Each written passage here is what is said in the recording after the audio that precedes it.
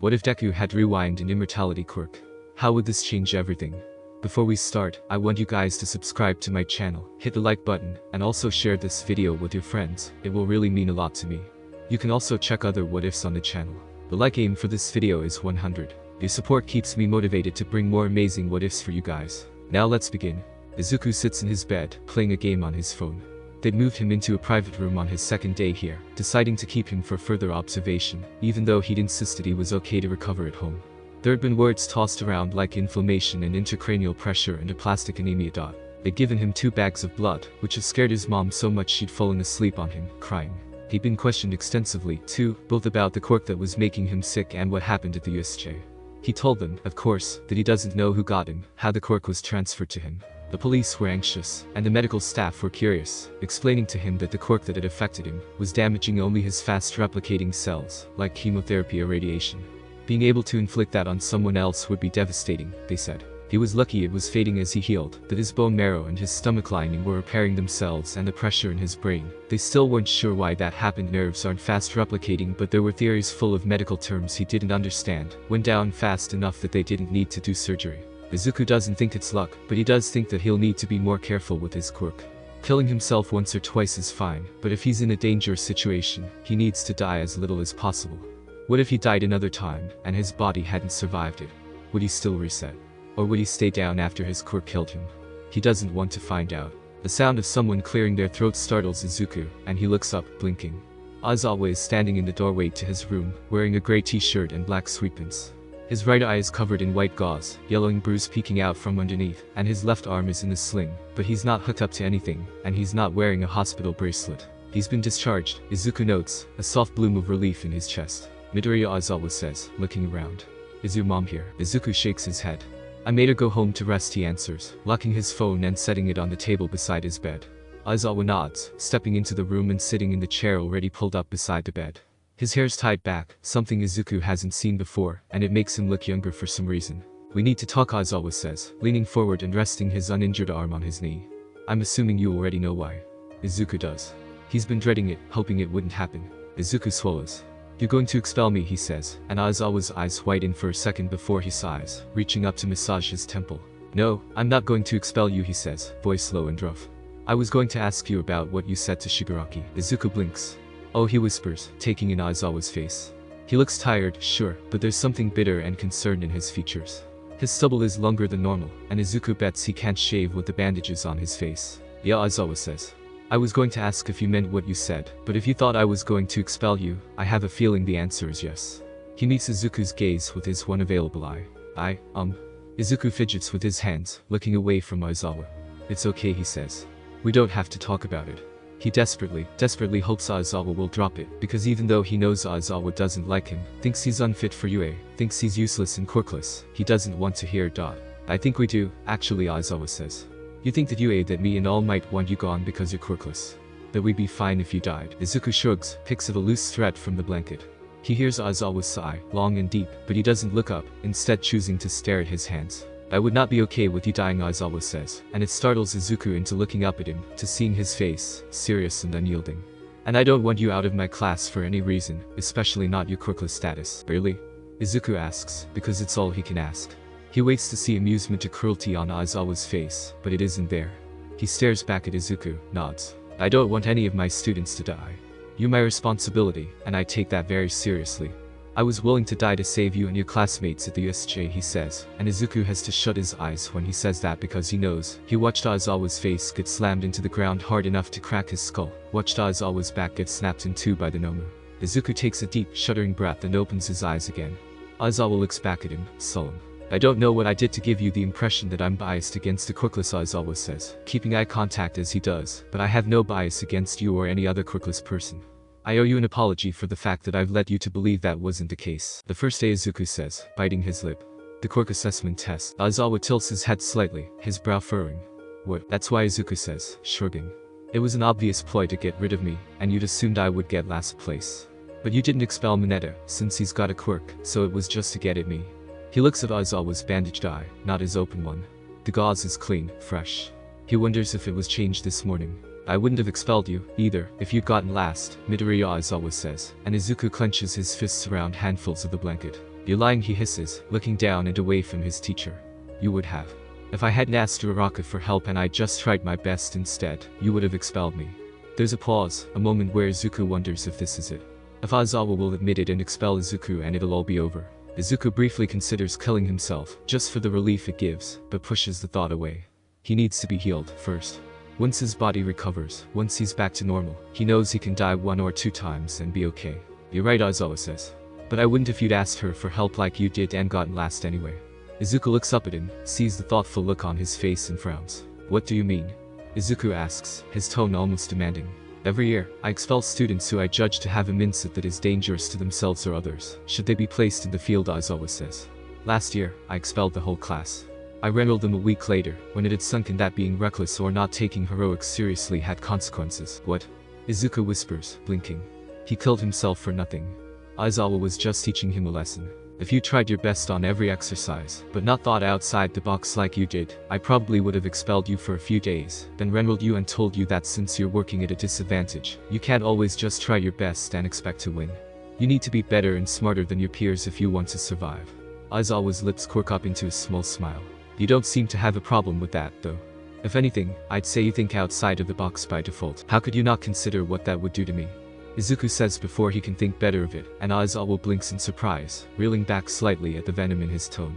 "I'm Quirkless. All Might, my idol, told me I should give up on being a hero. My mom didn't believe I could be a hero.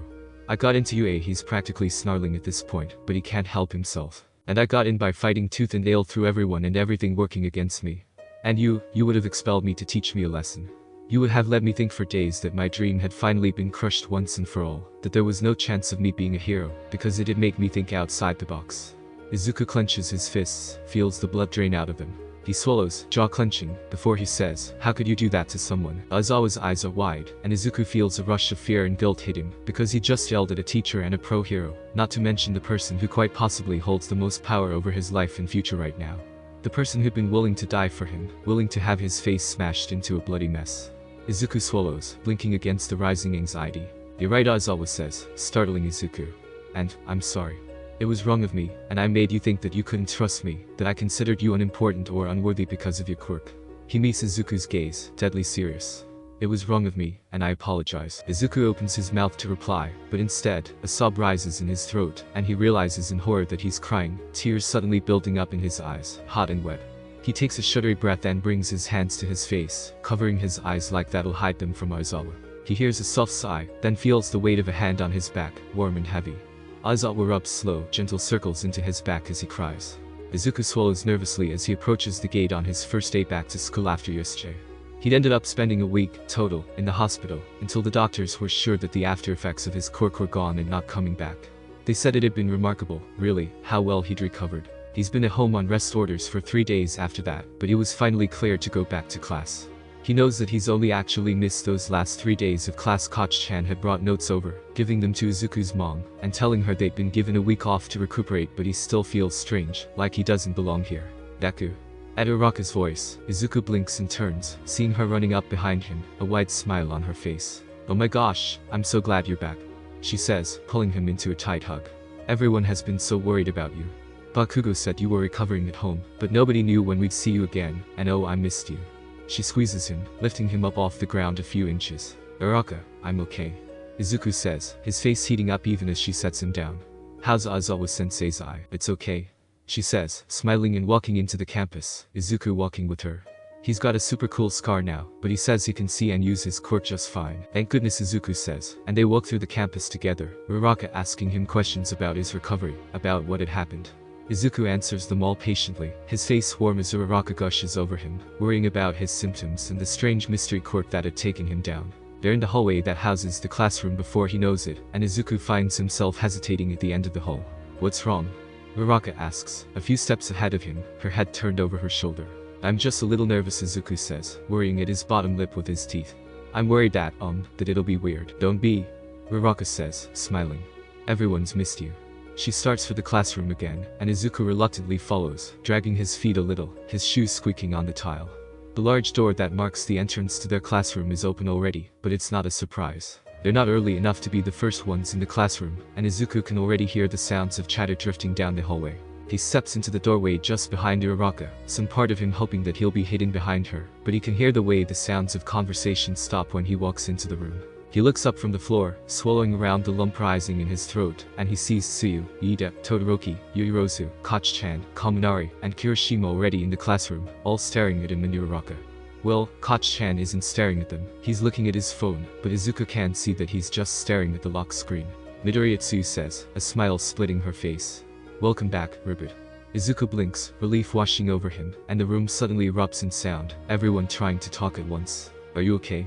Yuirozu asks at the same time Kirishima says, dude, I heard what you did with the Shigaraki guy, that was super manly. I would have peed my pants.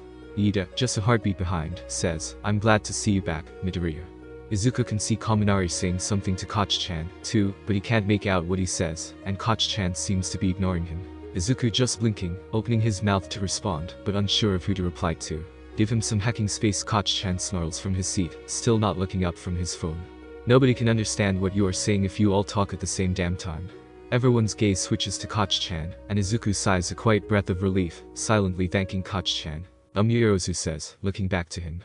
Are you doing okay? She seems hesitant.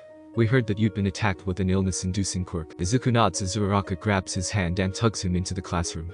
Yeah. I'm okay now, it was just temporary.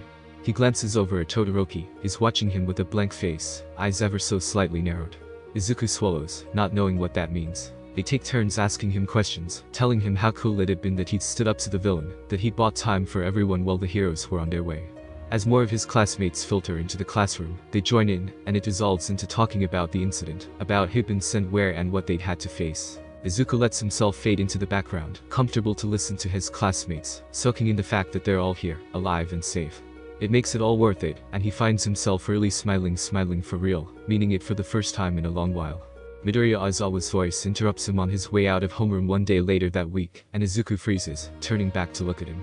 He hates the way his stomach churns with anxiety. Some part of him is wondering if Aizawa has changed his mind, if he's going to get rid of him, because he's quirkless and useless, but Izuku pushes the thought away. Yes sir? Izuku asks, hesitating in the doorway, shifting from foot to foot. I want to talk to you about something, Aizawa says, his face not betraying any signs of anger or animosity, thankfully. I'll write you a pass for English, so don't worry about being late. Izuku swallows, steps back into the classroom because that means he's not going to get away with making an excuse about having to get to class, and walking away before Aizawa can stop him. He's going to have to stay for this, whatever it is. You're not in trouble, Aizawa says, sighing at whatever he sees on Izuku's face. I think it's about time we got you a weapon. Izuku blinks, looking up at him in surprise. A weapon? He watches Aizawa nod.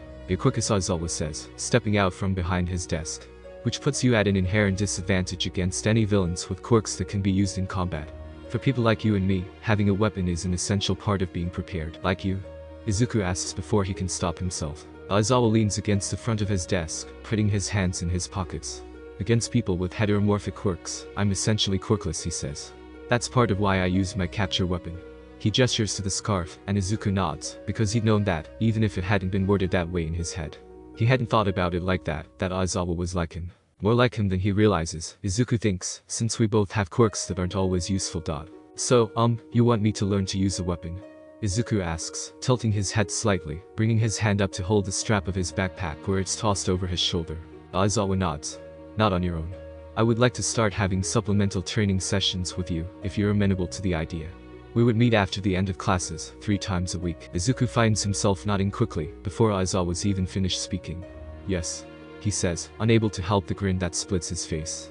I want to.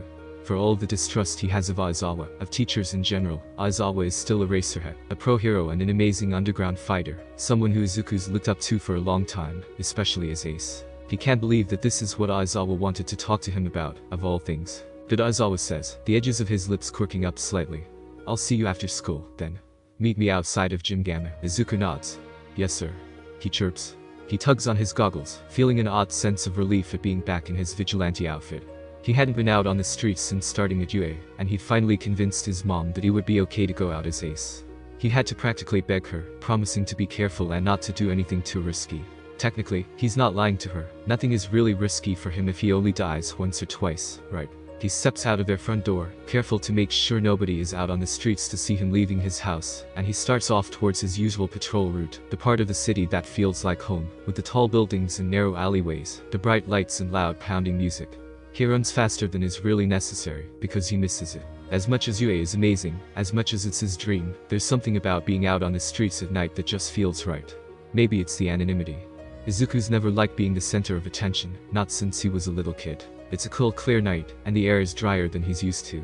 It hasn't rained in a while, longer than usual, so the pavement is bone dry and a soft, cool gray as he moves through the city, weaving between buildings.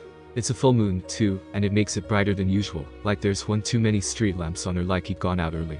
Even after more than a week away, the sounds of the city still make sense to him, reading like an open book. He can hear the party a few buildings over, the throb and pulse of the music, and he can hear the people talking on their balcony above him, cigarette smoke floating gently above them. It occurs to him, looking up at the buildings that stretch several stories up, that as much time as he's spent falling from buildings, he doesn't really know how to do much other than, well, fall. He's watched a few videos on climbing in Parker, but he never really tried it, never really tried to move around on the top of the city, instead of crawling along the bottom. It's not like it'd be an issue if I messed up and fell, he thinks. With that thought, he walks over to the next alleyway, one that doesn't have anybody on balconies above. The lights in the windows are off, too, and Izuku thinks it's some kind of ragged office building, something that looks like it's seen better days for sure. He tenses his legs, then jumps, wrapping his hands around the base of the fire escape, the cold, rusty metal digging into his skin.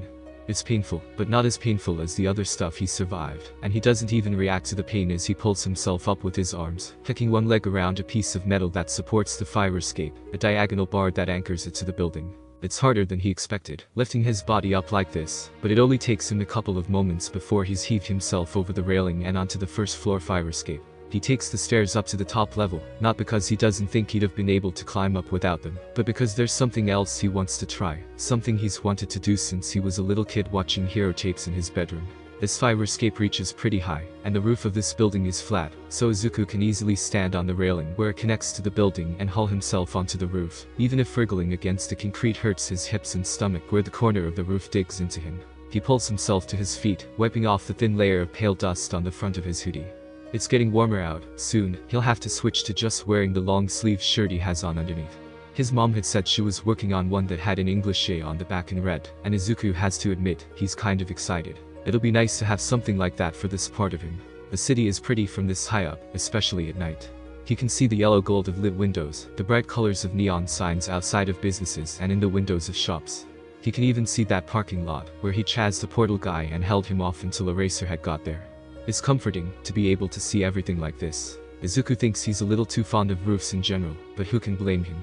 He walks around the edge of the roof, carefully trying to judge the distance between it and the other buildings. North and south are no-go. There are streets, not other buildings, but the building to the east should work. The alleyway there is narrow, and the building next to the one he's on top of is about 4 feet shorter than this one. It should make it easier.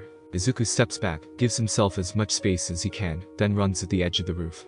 He might have been scared if not for how many times he's jumped from roofs already, so it's easy for him to run right at the ledge and leap just before he would step onto empty air, sailing across the gap and landing on the next building over with a thump. The impact is stronger than he'd expected, and he crashes down, his knees and hands smacking into the concrete first, then his face as he's not able to hold himself up.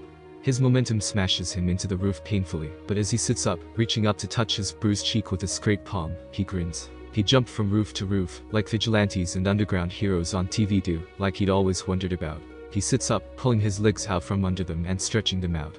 His jeans are studded with little pebbles on his knees, and he brushes them off, wincing at the sting in his knees.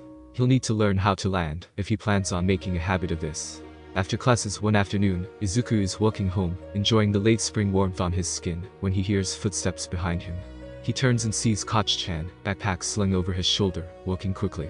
Koch-chan quickly catches up with him, a frown on his face. Izuku isn't sure if he should be nervous or not. In the past, if Koch-chan came to him after school, it meant Izuku was about to get blown up, but Koch-chan also hasn't done anything like that in a while. So Koch-chan says, "What kind is it, huh?" Izuku blinks at him, and Koch-chan's frown deepens to a scowl. "A quirk, moron. Is it latent, or does it have a specific activation requirement?"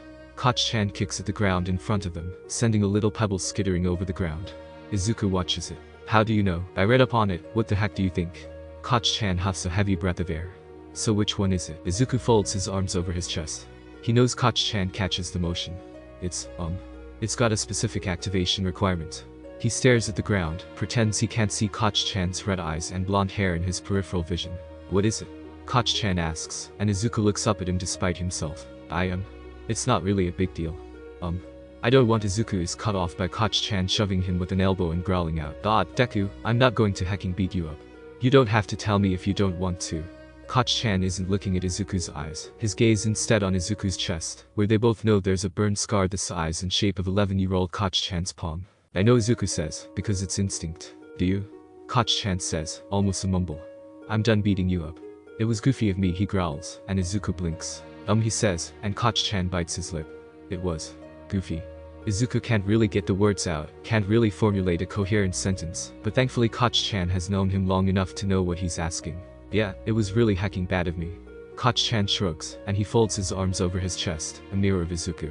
Don't hecking tell anyone I said this, okay? But I'm sorry. Koch-chan kicks at the ground again, even though there aren't any rocks to send flying. Izuku stops walking, suddenly, staring open-mouthed at him. Koch-chan stops, too, turns back and arches a brow at Izuku. Trying to catch flies. Koch-chan says, and Izuku is sure he can hear a laugh in his voice. Thank you, Izuku says, because he thinks it's what he's supposed to say, and also because he means it. Because hearing Koch-chan say sorry is something he's wished for years. Koch-chan scowls. Don't thank me, moron. What the hell? Izuku rolls his eyes and starts walking again, smiling when Koch-chan joins him. I found out about it, on that day with the slime villain, yeah? Koch-chan says, eyeing him.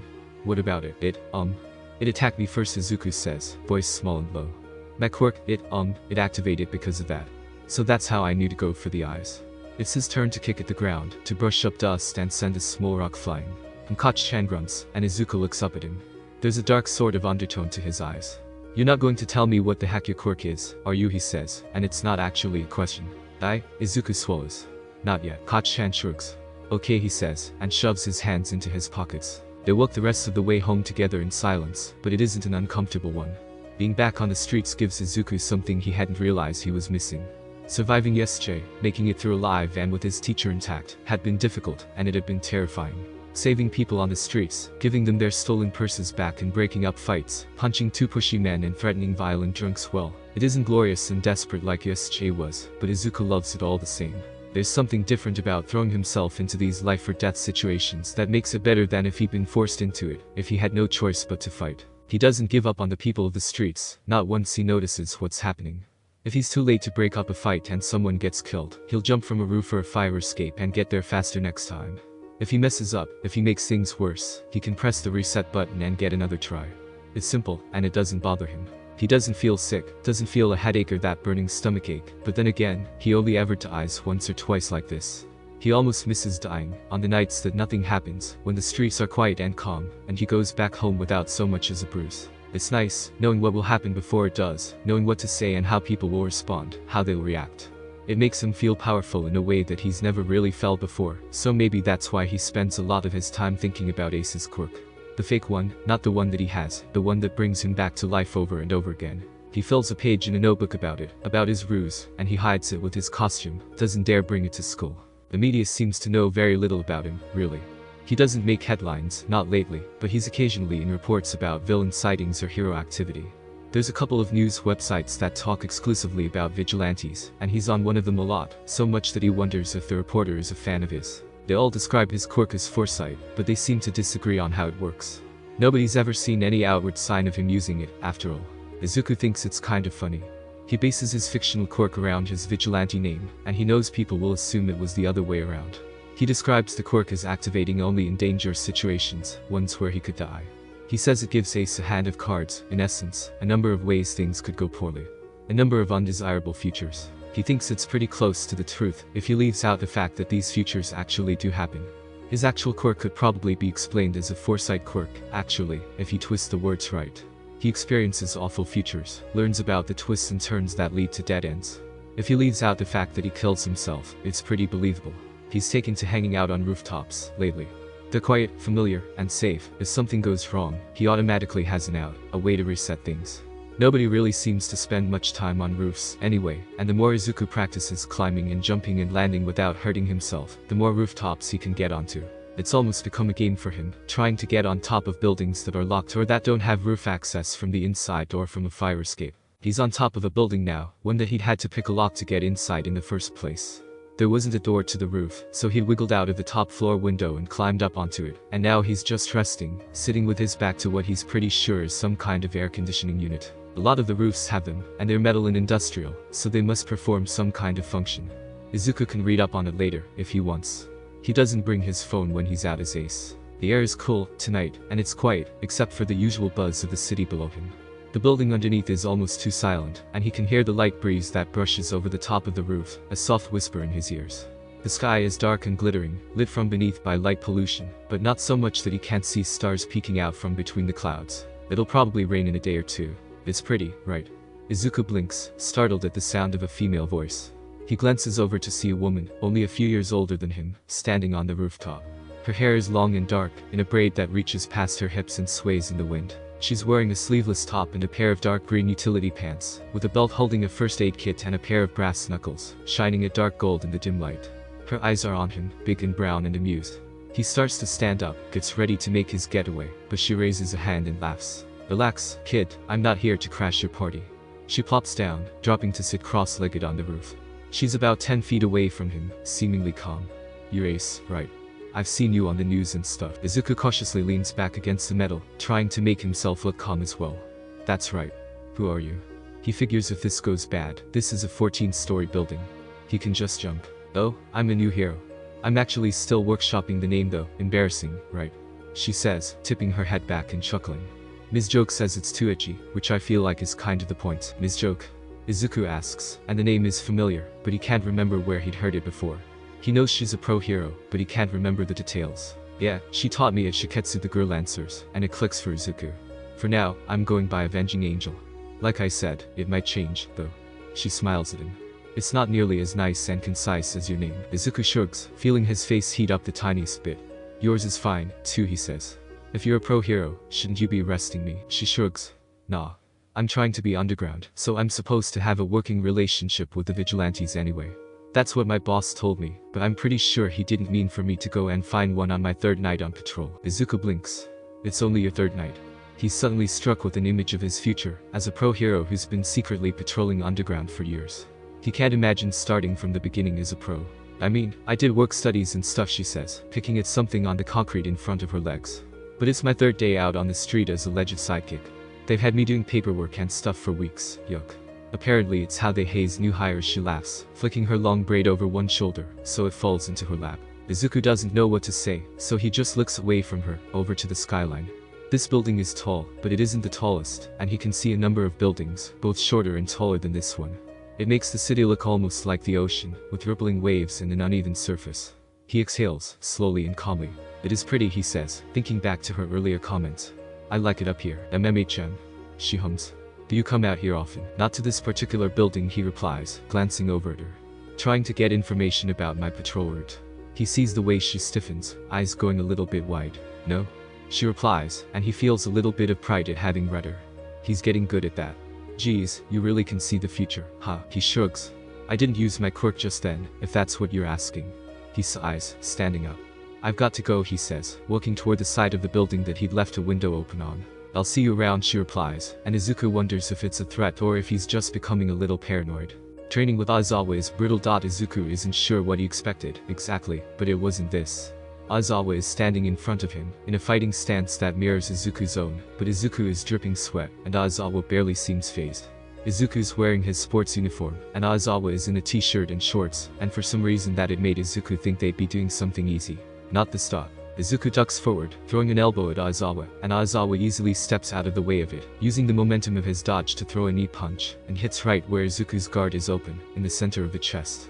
It's a controlled hit, like all of the ones Aizawa had hit him with, and it just barely stings, but Izuku huffs, frustrated. He hasn't been able to land a hit on his teacher since they started. "Where did you learn to fight?" Aizawa asks, casual. He doesn't seem to be judging Izuku, necessarily, but the bored look on his face makes Izuku feel like he is. I watched videos on YouTube," Izuku answers, wincing a little when Aizawa nods, unsurprised. "I thought it was something like that. You've got good coordination and form, but you leave yourself open, and you have a habit of leaning too far forward," Aizawa says, lifting his arms. "You should keep your elbows more tucked in, like this. And when you throw an elbow like that, you need to turn your hip with it, like he throws an elbow strike into the air, a quick neat movement, that." It'll give it more power, and you won't be as open to counter-strikes. Izuku nods and tries to copy Aizawa's stance, pulling his elbows in a little bit more. He glances up at his teacher, who gives him a small nod. He throws another elbow strike, this time trying to rotate his hip like Aizawa did. It feels better than last time, and when Aizawa throws a kick at his midsection, Izuku is ready to block with his other arm. Better, Aizawa says, dropping out of his fighting stance and walking to the corner of the gym, where a black leather punching bag hangs down from a silver chain on the ceiling. I want you to do 20 of those on this. I'll hold it steady for you. He gets behind the bag, bracing against it, and Izuku blinks walking over there. He stops in front of the bag, looking it over, then throws an elbow at it. Like this? He asks, and Aizawa shakes his head. Get closer. You're too far back, you're leaning again. Aizawa readjusts his grip. Izuku throws another one, this one smacking into the bag with a satisfying noise. He straightens up, getting back into his fighting stance. Breathe out when you hit, Aizawa says. And pull back faster. In a real fight, you don't want to linger with your elbows sticking out. Izuku nods, takes a deep breath, and tries again. Izuku sits on the roof, swinging his hands where they dangle over the edge. It's hot out today, and the sun falls unfiltered onto him up here, making him sweat.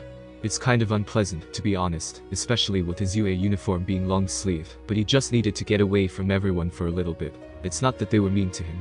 Izuku's used to that, and he's used to the comments and the shoving that comes with it. But UA is different. It's not like middle school, and he doesn't know how to deal with it. When he gets to class in the morning, people say hello to him and they're not joking. In the breaks between classes, people talk to him, not condescending and not rude. They ask him if they can look at his notes, and when he shows them, they don't make fun of him or call him creepy or freak. After school, someone always walks with him to the train station, and Koch-chan usually walks from the train to their homes, just a block apart from each other. Even if they don't always talk, they walk together. It's nice, and Izuku likes it, but the thing is it's a lot. For the past 10 or so years, Izuku has been more or less alone. He's walked home alone, sat alone at lunch, played alone at recess. His only interaction with people his age for most of his life has been getting bullied. He remembers getting shoved into bathroom stalls, so that kids could dump his backpack in the toilet. Remembers walking home alone after with his stuff in a black plastic trash bag the school nurse had given to him. His mom had asked him about it, and he said he dropped it in a puddle by accident. He knows she didn't believe him. So when people crowd around him, his first instinct is to feel afraid. He thinks it's unfair to his friends, really, but he can't help it.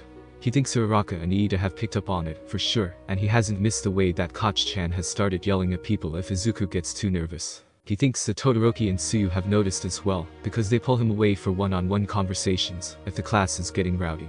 Well, Tsuyu pulls him away to talk. Todoroki always uses the group project they've been assigned to do together as an excuse, even though they both know it's already good enough for a perfect score. Midnight doesn't grade that harshly, anyway, and both Izuku and Todoroki seem to be perfectionists. Izuku wonders about Todoroki, sometimes. He's quiet, and he's decidedly not like Izuku, but he sometimes acts similarly, sometimes flinches if people move too quickly or too close to his face. Izuku sees him avoid conversation, avoid talking to people, but he also sees the way he hovers around the edges of the group, never leaving, just distant. It reminds Izuku of the way he feels when he's crowded, like his body thinks to expect pain even when logically, reasonably, he knows it's not coming. Some part of him is hardwired to expect it, to expect unkind words and harsh fists. So, he's taking to coming up to the roof, on days that it's too much for him. It's easy to get up here, considering that there's actually a door to access the roof, and picking the lock doesn't seem to set off any alarms. He supposes nobody that's on the campus in the first place would be an issue. They've even managed to step up security after the USJ incident. Some of his classmates had talked about feeling unsafe, but Izuku thinks he feels fine, honestly. What happened was probably the worst case scenario, and they'd made it out, right? Uraraka and Iida don't know where he goes during lunch when he says he needs some time alone. He brought his food with him, of course, a to-go container of lunch Russia's katsudon, but he's not that hungry right now. The container is next to him, about a foot from the edge, and he's debating if he should make himself eat it now or be starving by the time he gets done with afternoon classes. It smells good, even through the plastic lid still snapped on top of the container. It's probably because he's been training with Aizawa so much that he recognizes the sensation of his capture weapon immediately as it wraps around his waist, pulling him away from the ledge, and dragging him a short ways across the roof before he stops. It's also because of his training that he manages to twist himself to face Aizawa, knowing just how he can push against the capture weapon without it tightening around him, so he sees the dark look on Aizawa's face even before the man speaks. Midoriya, he says, walking closer to Izuku without letting his capture weapon go slack, still tied around Izuku's midsection. What are you doing? His tone of voice implies he's already figured out what Izuku's doing, but he sounds angry, dark. It throws Izuku for a loop, and he blinks. I know the roof is, banned, but I just see swallows, wriggling and trying to get free from the capture weapon. I'm sorry, Aizawa-sensei, it's just so loud in the mess hall. He watches Aizawa's face flicker into something different, something almost relieved. You're up here because it's quiet? He asks, voice soft, and Izuku nods, slowly. What did you think? He trails off as it clicks, and he blinks. Oh, Aizawa sighs, retracting his capture weapon and wrapping it back around his neck. Yeah, Odati glances to the side, where Izuku's lunch sits next to a pair of disposable chopsticks on the rooftop. Sorry, Izuku says again, offering his teacher a weak smile as he stands up. I get, overwhelmed. In the cafeteria, was it necessary to sit right on the edge? Aizawa asks, sighing and folding his arms over his chest. Izuku honestly isn't sure how to explain that to him. It's not like he can just say oh, I can't die, and it's kind of fun to be on the edge because of the adrenaline and stuff. I like the view, he says, and it comes out as more of a question. Aizawa arches an eyebrow at him, then shakes his head. Get your lunch and come with me, he says, watching as Izuku nods and walks back over toward the edge, picking up the still warm container of food. He turns back to see Aizawa still watching him, and he doesn't turn to open the door into the building until Izuku is well away from the ledge. Izuku wonders if Aizawa thinks he's lying about why he's up here, or if he's just being cautious. Where are we going? He asks as they walk down the stairs, Aizawa in front of Izuku. He can't see his teacher's face, and it's making him nervous. To the teacher's lounge, Aizawa answers. It's pretty quiet in there, and if you eat at my desk, nobody will bother you, Izuku says, blinking. The idea of eating lunch with Aizawa makes him a little nervous, mostly because he still isn't entirely convinced the man doesn't hate him, but he can't deny that having somewhere to go when he needs quiet that isn't subject to the weather would be kind of nice. Did you pick the lock to get up there? Aizawa asks as he stops at the second floor, opening the door to the hallway and holding it open for Izuku. Izuku steps through, then waits for Aizawa to follow. Yes, I'm sorry. Izuku worries at his lower lip, but Aizawa just looks at him with a flat face. It's locked for a reason, Aizawa says, leading Izuku down the hallway a short way. Izuku knows where the teacher's lounge is, all of the students know, so that they can ask for help or pick up graded papers. Sorry, Izuku replies, because it's all he can think to say as Aizawa opens the door to the teacher's lounge. Izuku follows him in, trying not to drag his feet. I don't care as long as you don't fall off the roof, Aizawa says, nodding to Midnight and Present Mick, who are each at their respective desks. Hey Shota. Present Mick says, waving. What's the little listener doing here? Avoiding socialization, Aizawa answers, and Izuku's infinitely grateful he doesn't mention the whole roof thing. He doesn't need his teachers thinking he's suicidal, because he isn't, not really. It doesn't count if he comes back, and it'll make it harder for him to kill himself and get away with it if it comes down to it. Aizawa leads him to the back corner of the room, to a desk that's unreasonably cluttered for something so neat. Nearly every square inch of it is covered in papers and folders, but every single one is in a neat stack, and there isn't a speck of dust on the desk. There's a couch behind it, a beat-up old thing, and in front of it are two normal chairs, like the ones from the classrooms. Aizawa plops onto the couch, immediately laying down on it. Izuku sits in the chair, hesitantly. He's not sure what to do, really. You can move anything in your way, Aizawa says, one arm draped over his eyes. I'm going to nap. Wake me up when lunch is over. Izuku eats his lunch there, listening to the soft sounds of his teacher breathing, and the quiet chatter from the other side of the room. It's peaceful in a different way than the roof for sure, but it's nice. The sports festival is coming up, Aizawa says, looking bored where he sits at his desk. He's tapping a pencil on the surface of the wood, resting his face on his hand. It's an important opportunity for you to attract the attention of hero agencies for your work studies, so I suggest you take preparations seriously. Izuku watches as his teacher scans the classroom, making eye contact with Izuku briefly. I'm excited, Uraraka whispers from beside him. I honestly thought we wouldn't get to participate this year. She's smiling, leaning over at her desk to talk to him. There's no way that Aizawa can't see, it's not like she's being subtle, but he doesn't do anything about it. Izuku just nods in response, not wanting to talk during class. He'd honestly thought that the sports festival would be cancelled, too, but as Aizawa had explained to them earlier that week, it's too important for their future careers for them to cancel it. Izuku wonders, though, if it'll really be okay. He remembers Kurogiri's quirk all too well, and he knows from experience that if he wanted to invade the sports festival, he could. Shigaraki probably could as well, all on his own, too. I want you all to look through the tapes from past sports festivals, and write me a one-page report on a student who has a similar quirk or similar fighting style to yours, Aizawa says. Get it to me by homeroom tomorrow. Keep in mind that the first two events change every year, and that the third round is always a tournament with the matches determined by lottery, not performance. He yawns, holding up a hand to his face. I'm going to sleep. Izuku watches his teacher lean over on the desk and put his head down, presumably to nap. He's not really thinking about his assignment, even though he probably should be, because he's stuck on what Aizawa had just said about the third event. Determined by lottery, Izuku thinks, biting at his lower lip. That means that if I reset, I'd get different matches every time. That's if he decides to use his ability during the sports festival at all. Izuku's thought about it, of course. Other students get to use their quirks, so it's only fair, right? The problem is that Izuku is registered quirkless, and that for him to use his quirk, he'd have to either manage to get himself killed or kill himself quickly without getting interrupted, a feat that would probably be difficult considering the high security at the sports festival. He struck, not for the first time, how badly he needs a way to kill himself quickly and efficiently. Izuku wishes he had his notebook with his analysis on his own quirk with him, but he doesn't dare to bring it to UA with him, in case somebody decides to go through his things. He's thought about it before, though, and he keeps coming back to the same few ideas. The absolute best way for him to kill himself would probably be with a gun. He knows it's quick and efficient, and if someone tries to stop him, well, he's armed. The problem is getting a gun. He's done a ton of reading, and it's difficult for adults to get firearms in Japan, let alone a 15-year-old who doesn't appear to have any reason to want one. It would not only make him look incredibly suspicious if he was caught with it, but Izuku also doesn't think he'd be able to get one in the first place. He thinks about knives a lot. He has the ones he uses as ace, but he doesn't dare risk carrying them with him in case someone makes the connection. He's thought about buying a couple of other ones with sharp thin blades. He could keep them with him and slit his wrists in the bathroom, but there's still the issue of bleeding out. It takes time, too much time when he cuts his arms like he has in the past. Izuku wonders if he'd be able to slit his own throat if he has the guts to do it. He's felt his pulse point below, the steady thump of warm blood beneath his skin, nestled next to his windpipe. It doesn't feel that deep, doesn't feel like it would be hard to sever. I'll have to test it out, he thinks. There's also poison, but that has the same issues that the guns do as far as getting his hands on some. He knows there are natural poisons, though, and he's sure with enough research, he could find a way to make something that would kill him. The issue is getting something that would kill him quickly and without risking the lives of others around him. He knows of things that kill quickly, but they're mostly gases, things he's only heard of because he's always been told not to mix cleaning chemicals together. Izuku thinks about spies in old American movies sometimes, the ones where when a spy is captured, they break a capsule and a fake tooth, and die from cyanide poisoning in mere seconds. It would be convenient if he could do that, too, but he doesn't think he'd be able to get a cyanide tooth put in. Jumping is nice, of course, because it's quick and once he jumps, it's hard for people to intervene. But from his research, Izuku is pretty sure that he's incredibly lucky not to have survived any of his falls thus far. If he lands wrong, if he jumps from a roof that's a little too low, he could be paralyzed, could be comatose. He could get as close to death as possible without dying, and as amazing as his quirk is, it can't fix that. Izuku needs to be more careful. What are you thinking about?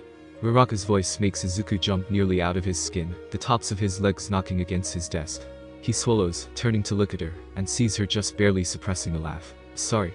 I didn't mean to startle you, she says, grinning. You were concentrating really hard. Are you worried about the sports festival?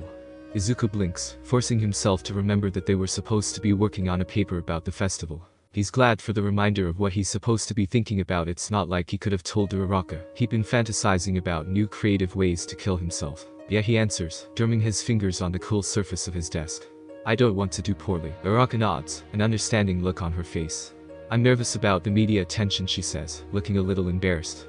I know we're just first years, but with the USJ incident, it feels like people already want to know about us. Izuku nods, humming in agreement.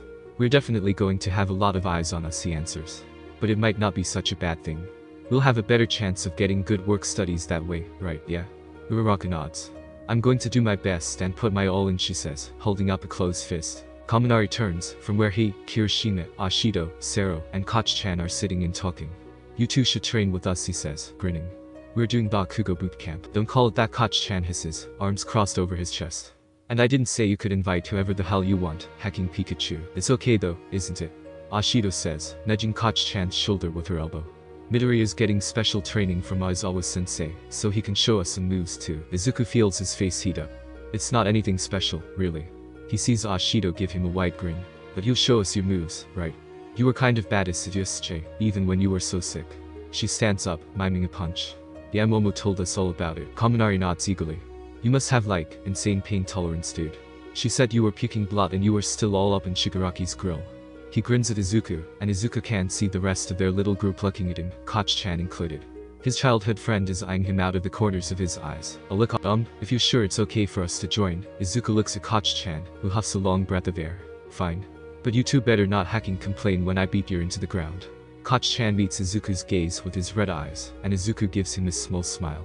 Koch-chan tsks and turns away, but it's enough for Izuku. Wow, Uraraka says, rubbing the back of her neck.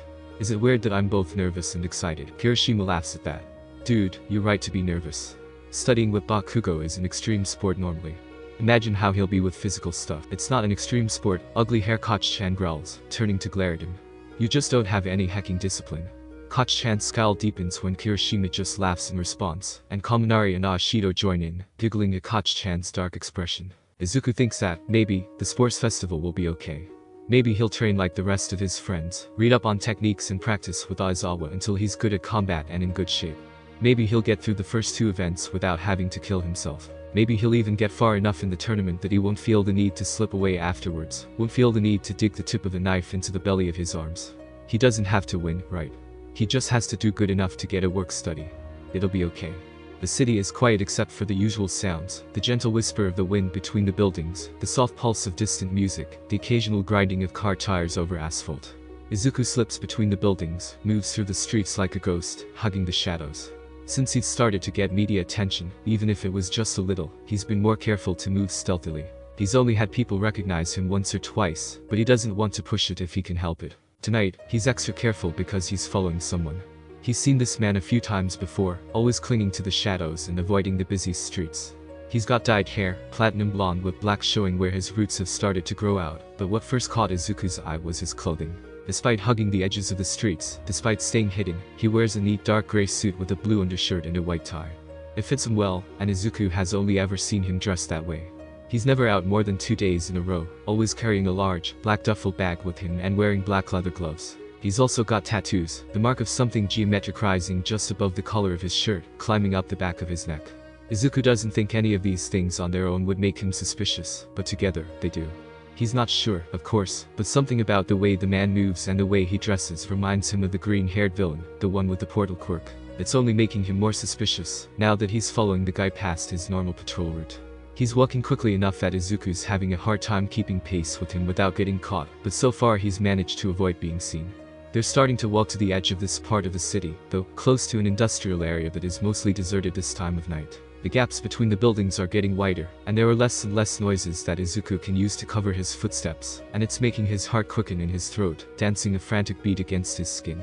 He watches the man turn onto a side road, one that's mostly loose gravel poured over old crack asphalt, and Izuku has to slow his pace to prevent his boots from crunching against the ground. The man he's following seems to be more confident here, less afraid of being seen. He's walking faster, more confidently. Izuku slips off the side of the road, walking in the thick grass that lines the left side of it. It still makes more noise than Izuku is comfortable with, but it's a soft, swishing sound, and not the distinct noise of footsteps.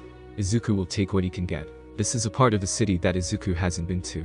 It's abandoned for the most part, with warehouses that stand sullen and silent against the night sky. The ground is less smooth concrete and well-trafficked asphalt, instead made up mostly of light gray gravel and rough cracked pavement. The fences that surround the parking areas for the warehouses, that guard the outdoor storage, are topped with razor wire, neat curls of metal that shine a dark gray in the light.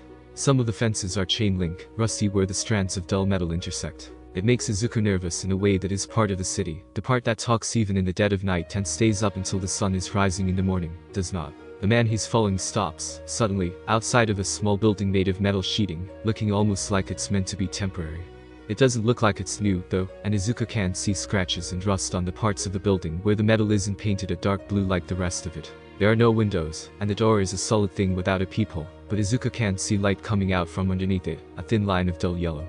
Izuku ducks aside, hovering in the shadow of an 18-wheeler parked outside the nearest fence. The building is outside the fence, too, but the back end of it is touching the chain link, the razor wire bent out of the way for the little structure. Izuku tries to breathe as quietly as possible as he lowers himself to the ground, scooting under the truck and pressing his belly to the gravel below. He can see the man from his nose down at this angle, and it's good enough for Izuku to see him knock on the door. He says something, his mouth moving, but Izuku can't make out the words. It almost sounds like he's singing. The door opens, spilling dull light onto the man in the suit, and casting strange shadows onto the ground. Izuku braces himself to get up, to go over to listen at the door, but to his surprise, instead of the man going inside, somebody steps out. They're taller than the man and wearing strange shoes, large platform boots that shine a dull purplish gray in the light. They're made of metal, Izuku realizes, as a woman steps out from the building and shuts the door behind her. She's dressed similarly to the man, wearing a black suit and a pale gray undershirt along with a purple tie, but she has odd metal bands around her wrists, biceps, and just above her knees. Izuku can't see any more than the tip of her chin, and her long black hair, pulled back in a low ponytail, but he strains, trying to hear what she says. "Have it?" she asks, voice low. Izuku can barely make out what she's saying. "Yes ma'am," the man answers, kneeling down and setting his duffel bag down on the gravel. He unzips it, and Izuku leans forward, trying to see what's inside, but he can't make it out. The man pulls out two things, a manila folder stuffed thick with papers and a disc, a shiny silver CD in a clear plastic case. He holds them up, and a woman takes them with a pale hand, each finger adorned in a ring that matches the bands covering her body. "And the rest of it?" she asks, tapping one foot. The metal looks heavy, and Izuku wonders if it's something to do with her quirk. Otherwise, it would be inconvenient. "Next week," the man says, zipping the bag back up. There's clearly more in it, and Izuku wonders if there's another location he's taking it to, or if he keeps his own supplies in the bag as well. "Fine," the woman says, and it sounds like she's forcing it out around gritted teeth. "But if you don't have it by next time, Fury is going to want to see you, and I'm not going to try and stop him." Izuku can see the way the man tenses up at the name, Fury, the way he draws his hand back away from his bag, the way his eyes glitter with fear before he stands up, taking a small step back. "I'll have it next time," he says, his words shaky. "You don't have to send him. I'm the one keeping him from you," the woman says, folding her hands over her chest. "And I'm the one paying the price for your poor performance. Now, scram." She picks up one foot, like she's going to kick him, but too slowly for it to be an actual attack. The man seems to get the idea, though, and he picks up his bag, quickly walking away. Izuku watches him, tracking his motions from where he's laying under the truck. The man is moving frantically, quickly, and he thankfully doesn't seem to notice Izuku. Izuku almost relaxes, but then he hears the crunch of a shoe on gravel, and he turns to see the woman walking toward the truck, her heavy boots growing closer to him. Izuku holds his breath, praying that it's a coincidence, that she hasn't noticed, but her movements are too direct, too confident for that. "Now," she says, crouching down. "What do we have here?" Izuku doesn't have time to react as her hand shoots out, cold fingers wrapping around his wrist and yanking, pulling his head and shoulders out from under the truck. The gravel digs into his belly and chest even through his shirt, and he looks up, already trying to pull himself free from her grip. She's wearing a mask made of that same dark metal, a shaped, smooth mask that starts just above her upper lip, and covers her entire face, with thin, angled ovals over where her eyes are. Izuku can just see the glitter of her eyes through the gaps, and as far as he can tell, nothing is holding the mask to her face. Her hair is smooth and even, and tucked into her hair is a headband that holds up two metal rabbit ears, thin pieces of metal that look sharp on the edges. They should be heavy, even as thin as they are, but they seem weightless, moving effortlessly as she tilts her head at him, lips twisting into a frown. "Aren't you?" She reaches for his face, and Izuku jerks his head out of the way, kicking against the ground and trying to pull himself out of her grip. She just sighs, and the bruising grip on his wrist tightens, her rings digging into his skin with painful force. He can't pull himself away as she reaches her other hand up to his face, and tugs off his mask with long thin fingers. "Let me go," he hisses, snapping at her fingers with his teeth as she reaches for his goggles. "Next." "Or what?" she says, unfazed. "Stop moving so much, or I'll have to break your wrist." Izuku snarls at her, still trying to pull away, as she grabs his goggles and yanks them off of his face, knocking his hair out of the ponytail as she does. He doesn't know what he's expecting, but it isn't for her to jerk back in surprise. She blinks, visible just barely through the mask, then drops his wrist. She stares at him for a moment as he scrambles back, trying to put distance between them. Izuku can't help the way he's breathing hard, the way his heart is trying to push itself out of his chest. He feels naked without his mask and goggles, and he can already see the ring of dark bruises starting to form on his wrist. She stands up, only visible from the knees down from Izuku's position under the truck, but he can hear her sigh, can see her hands brushing gravel off of her dress pants. She stands there for a moment, seemingly waiting for something, then starts to walk away. "Don't get caught again," she says as she goes, so quiet Izuku has to strain his ears to hear. "I wouldn't be so kind the next time." Izuku watches, waits until she steps back into the building, slamming the door shut behind her. Even then, he stays under the truck for a few more minutes, listening to the sound of his own breath coming hot and fast in his ears, to the way his heart slowly creeps back to a normal pace. His wrist aches, and he's covered with a thin sheen of sweat, more beating up on his forehead as he reaches out with his uninjured hand, carefully tugging his goggles back under the truck and putting them on, sliding them over his hair. He takes his mask next, putting it on and feeling better with it on. It takes him an embarrassing amount of time to slip out from under the truck and get back home, but he doesn't want to take any risks. He moves so slowly, so carefully, letting the pain in his swollen wrist remind him of his close call. The next day, Izuku has training with Aizawa. He wears his long-sleeved uniform with a hoodie over it, even though it's a little too warm to justify the hoodie. It covers the ring of bruises around his wrist, a bloom of dark violet and red that's typical of a fresh bruise. It's the worst over the bone, where it sticks out near his thumb. The tissue there is swollen and hot. If Izuku looks closely, he can see the imprints of her rings in the bruise, showing up as darker, more red areas of the bruise. He's moving slower than normal, not as quick to block, and he knows Aizawa has noticed. It's obvious from the way that Aizawa is going easy on him, giving him more warning before he throws a hit for Izuku to block, stopping to instruct Izuku on his form more often. Izuku can only hope that Aizawa just thinks he's tired from Bakugo bootcamp, as the others have been calling it. They've mostly been going for runs together and lifting weights in the gym as a group, but Koch-chan insists that it's going to get harder after their upcoming exam in English. He said that Kirishima and Ashido would fail if he gave them any excuse to slack off on their studies, so he was going easy on them. That's what he'd said, anyway. Izuku personally thinks that he'd noticed the way a few of them were a little out of shape, that Koch-chan was adapting his plan to get them up to speed. Izuku is dragged out of his thinking by Aizawa throwing a kick to Izuku's left side, something that he moves instinctively to block with his left forearm. He misses the mark a little, though, his movements slowed by the stiffness in his muscles from being out patrolling all night, from having crouched under that truck for so long. Aizawa's kick, well placed and controlled, hits Izuku's arm right where the outside of his arm meets the wrist, against the angry bruise he has hidden there. It blooms with bright, angry pain, and Izuku sees white flash at the edges of his vision as he leans over, clutching his wrist in his hand, and shutting his eyes shut against the wave of pain. Midoriya. He cracks one eye open to see Aizawa standing in front of him, brow furrowed. "Let me see," he says, holding a hand out. His gaze is trained on Izuku's arm where he's cradling it to his chest, but Izuku just shakes his head. "It's fine," he says, even though his lip is wobbling slightly. He forces himself to uncurl from his arm, puts his fists back up in some semblance of a fighting stance. "I can keep going." Aizawa sighs, then reaches out lightning quick and grabs Izuku's hand, pulling his arm down, and pulling the sleeve of his hoodie up with his other hand. Izuku struggles back, and Aizawa lets him pull his arm away, but the damage is already done. Izuku's hoodie sleeve is pushed up to his elbow, and his sports uniform doesn't cover the bracelet of bruises around his wrist. It looks even worse in the bright fluorescent light of the gym, and Izuku feels anxiety rise in his throat as Aizawa meets his eyes. "You need to tell me if you're injured," he says, voice firm. "Before we start training." His gaze flickers down to Izuku's wrist as Izuku carefully wraps his other hand around it. "Who did that to you?" There's an undercurrent of something in Aizawa's voice, something Izuku can't place. "Nobody," Izuku says, shaking his head. His blood is rushing in his ears, and he takes a step away from Aizawa.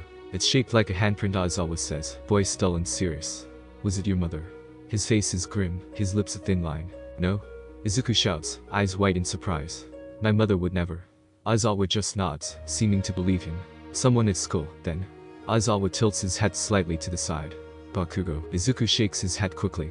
"It wasn't anyone here," he answers, tugging his hoodie sleeve back down.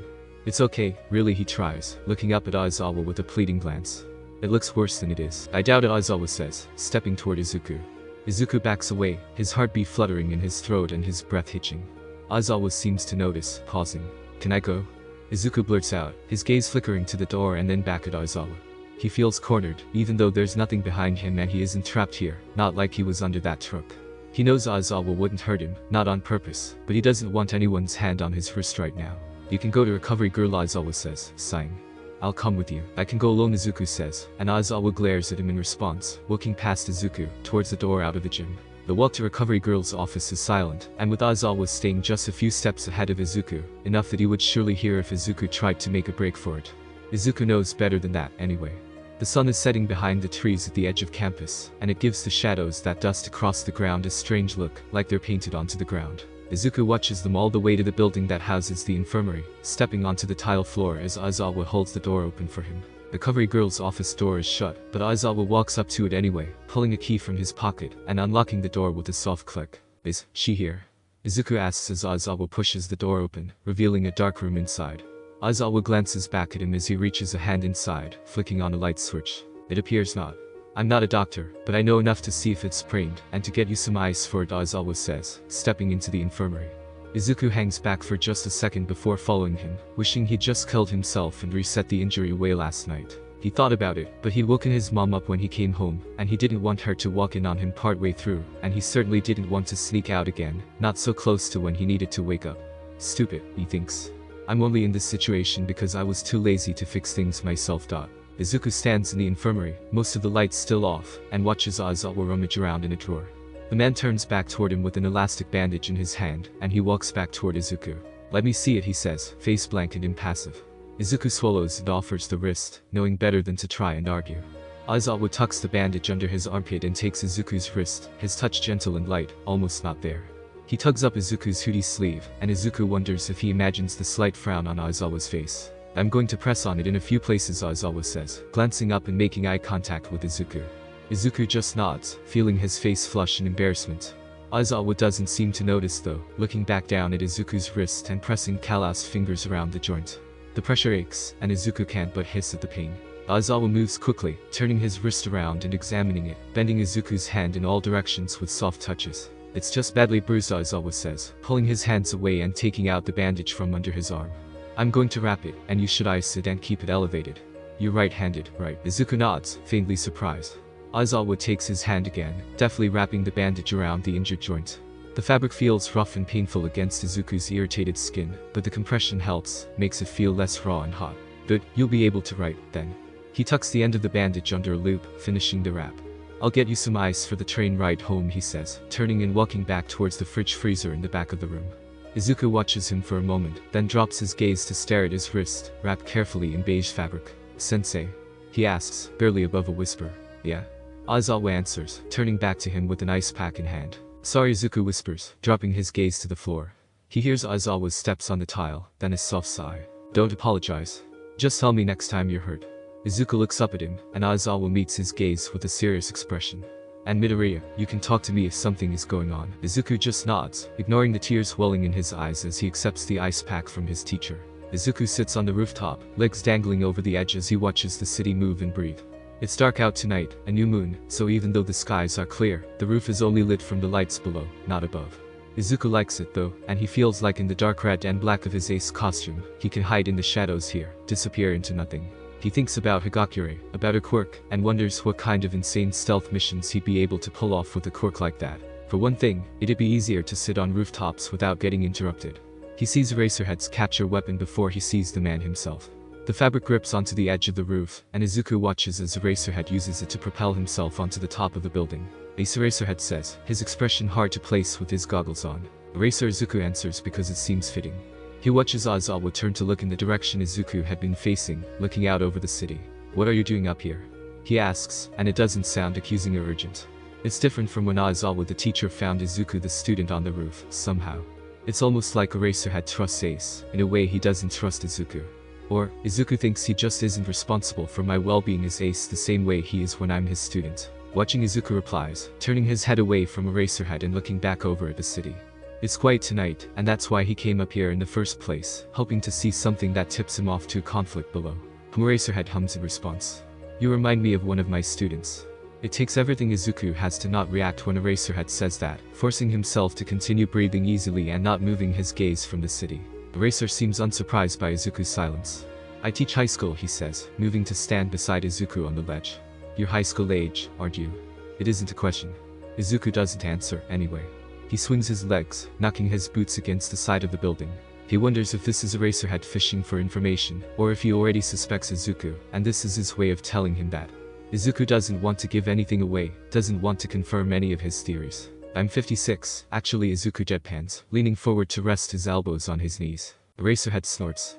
Right, he says, and Izuku can hear the way he's rolling his eyes. Well, I'll leave you to it. The pro hero turns, walking away, and Izuku watches him go. Wait, Izuku says, hesitating. He watches Eraserhead pause, sees him turn back from where he'd been preparing to jump to the next rooftop. Izuku swallows, and says, do you know anything about a villain named Fury? He watches Eraser stare at him for a moment, then sees him marching toward him. Where did you hear that name? Eraserhead asks, stopping a few feet away from Izuku. His tone of voice is demanding, harsh. It reminds Izuku of when Aizawa scolds them in class. Izuku shrugs, even though his heart has started to beat faster in his chest.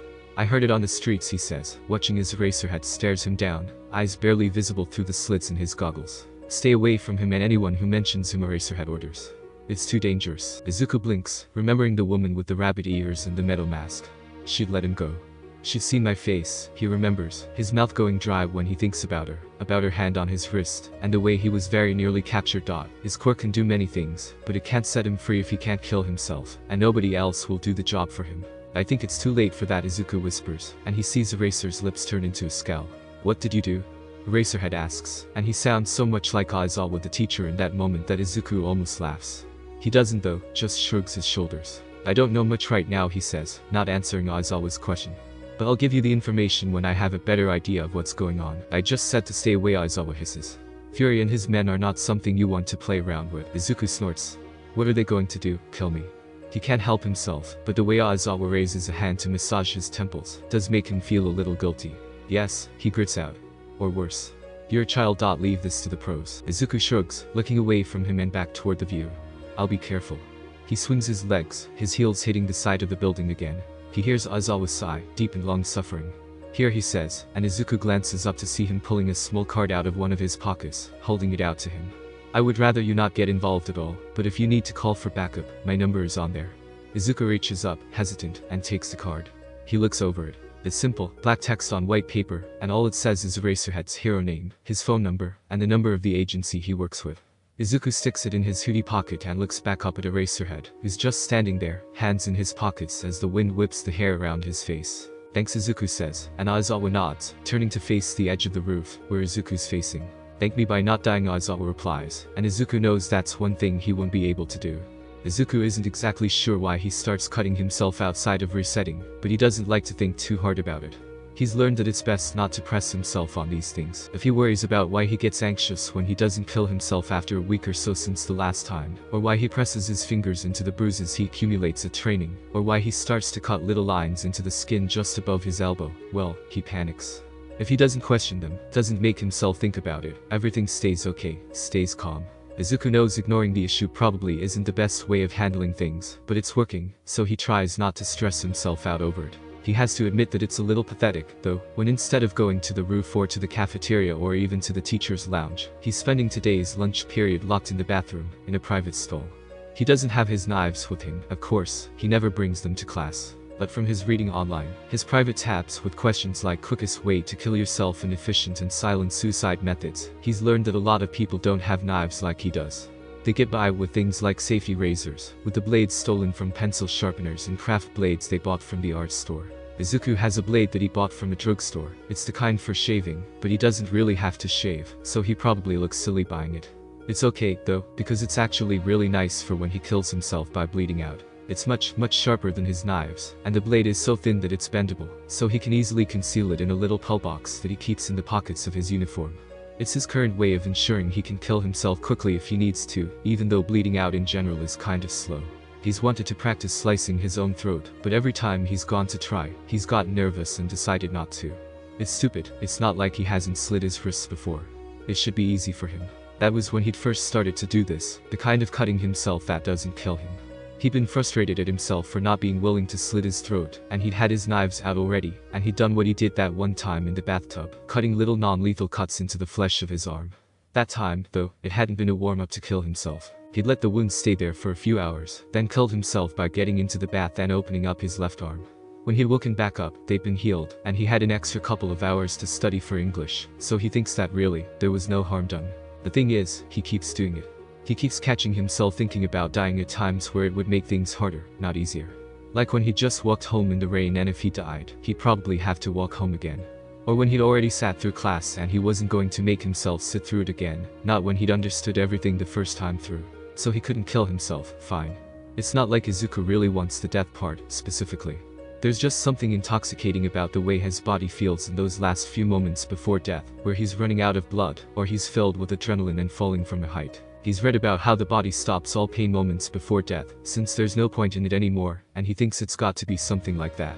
Cutting himself like he is now, in little cuts that bleed in small crimson beads instead of dripping, flowing blood, isn't the same, but it's the closest he's felt.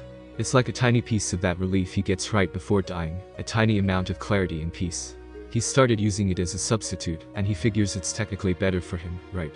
His quirk does something to certain cells of his body, and while that hasn't been an issue for him since yesterday, he figures it's better not to push it. That's why he's here now, in the bathroom closest to class 1, because he didn't want to wait any longer than he absolutely had to. He feels like there's lightning under his skin, prickling his nerves and begging to be let out. The sharp sensation of the razor digging into his skin, not quite pain, but something else is soothing, familiar. He breathes out in the bathroom stall, his breath shaky and uneven. A soft, warm feeling nestles itself under his collarbone, and he leans back, tipping his head, so that he's staring at the ceiling tiles, the white and gray above him. He wonders if this is what doing drugs feels like. If so, he thinks he might understand the appeal. Izuku puts his razor away, tucking it into the little pill box, and putting it back into his pants pocket. The tiny cuts on his upper arm are still leaking bright blood, little lines of the stuff running down the back of his arm, and threatening to drip onto the floor. Izuku grabs a handful of toilet paper and mops it up, watching the way the blood is already coagulated on the surface. It's strange, not at all like the blood in movies or drawings, and he wonders if it's just hard to fake this, the strange clotting and the too bright opaque look to it. Izuku pulls his uniform sleeve down, over the raw cuts in his skin, and stands up. The bathroom is still empty as he swings his backpack over his shoulder and unlocks the stall, all signs of what he'd done hitting. It's a dreary, chilly evening when Izuku sees the white-haired villain again, with that same suit from the week before. He remembers what the woman he'd met had said, that he needed whatever he was supposed to collect before their next meeting, and Izuku can only assume that if he wants to know what the man is trying to get, this will be his only chance. So, he's in his costume, following the man yet again. It's a risk that's worth taking, he's decided, and if it looks like the man is going back to that strange building in the industrial area, Izuku will just leave. He doesn't want to risk seeing that woman again, not when he'd been stupid enough to not reset after she saw his face. Izuku steps carefully along the sidewalk, keeping about a block behind the villain. He knows he's conspicuous in this outfit, so it's best for the villain to not lay eyes on him at all. Today, he's headed the opposite direction from when Izuku had followed him the week before, and it's reassuring to know that Izuku isn't too late to see him doing whatever it is that's so important to Fury or whoever. The air is crisp and cool in a way that it hasn't been in a while, and the cold front that had blown through that afternoon brought a cold, drizzling rain with it, the kind that Izuku can't really tell from a thick fog until he notices how wet his clothing is. It helps, because it provides a faint blanket of white noise to keep Izuku's footsteps disguised, and it makes it harder to see, which both helps Izuku stay hidden among the shadows, and makes it more difficult for him to stay with the villain he's following. That pale fog hangs around the building that the villain stops at, a hero agency that Izuku is vaguely familiar with. The heroes who work here mostly specialize in rescues from car accidents, and in managing accidental quirk-related incidents, the kinds of stuff that needs to be done, but isn't as glamorous as fighting villains, and pulling children from burning buildings. Izuku had done a ton of reading on them in middle school, for a project that he'd gotten it beyond because he should look to other career paths. He hasn't been here in person before, though, and it's a nicer part of town, not at all where the white-haired villain usually lurks. Izuku nestles himself into the closest alleyway, pressing his back to the wall of one building, and turning his head to peer out into the street, so that he can watch the white-haired villain work. The man sets down his duffel bag beside the door, and Izuku can hear the soft thump it makes even from here. This looks like the back door to the building. Anyway, there are a couple of empty parking spots, and there aren't any signs on this part of it. The door is padlocked shut, and Izuku wonders how the man will break in. The man reaches up, feeling along the edge of the door with a gloved hand. He moves slowly but surely, like he's not afraid of being caught. After a moment of investigating the door's hinges, he retracts his hand and stops for a moment, doing something with his hands in front of him, his body blocking Izuku's view. Izuku bites his lip, tempted to move forward, but stops when he sees the man lift his hand again, this time without a glove covering it. He brushes his hand along one hinge of the door, and Izuku sees a reflective, slippery-looking substance coat the metal, a shiny layer of something that glistens in faint rainbow hues, with small bubbles in it. It looks like soap, almost, and Izuku watches the man use his cord to coat both of the hinges in the stuff, then slide his glove back on to cover his skin. He reaches up one hand to the top of the hinge, where the pin holds it together. Izuku holds his breath as the man effortlessly pries apart the hinge. The soapy stuff he'd coated it with, apparently lubricating it to the point where it's easy to tug apart with one hand. The door shifts, leaning at the top, and the man crouches down slightly to undo the other hinge. The door pops away from its frame, twisting itself loose with its own weight, and Izuku watches the man reach up to support it, angling it so that it doesn't fall down completely, just hangs open about 2 feet.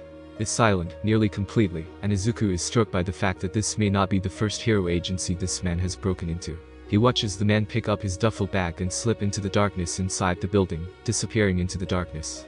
Izuku waits, counts to 10, then follows, quickly walking from his alleyway towards the building.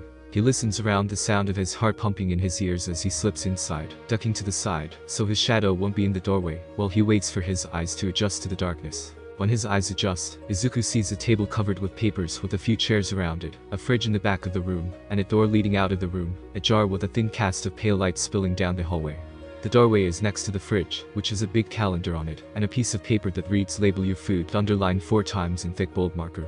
It's pretty clearly a break room, but what concerns Izuku is the fact that there only appears to be the one door out of the room.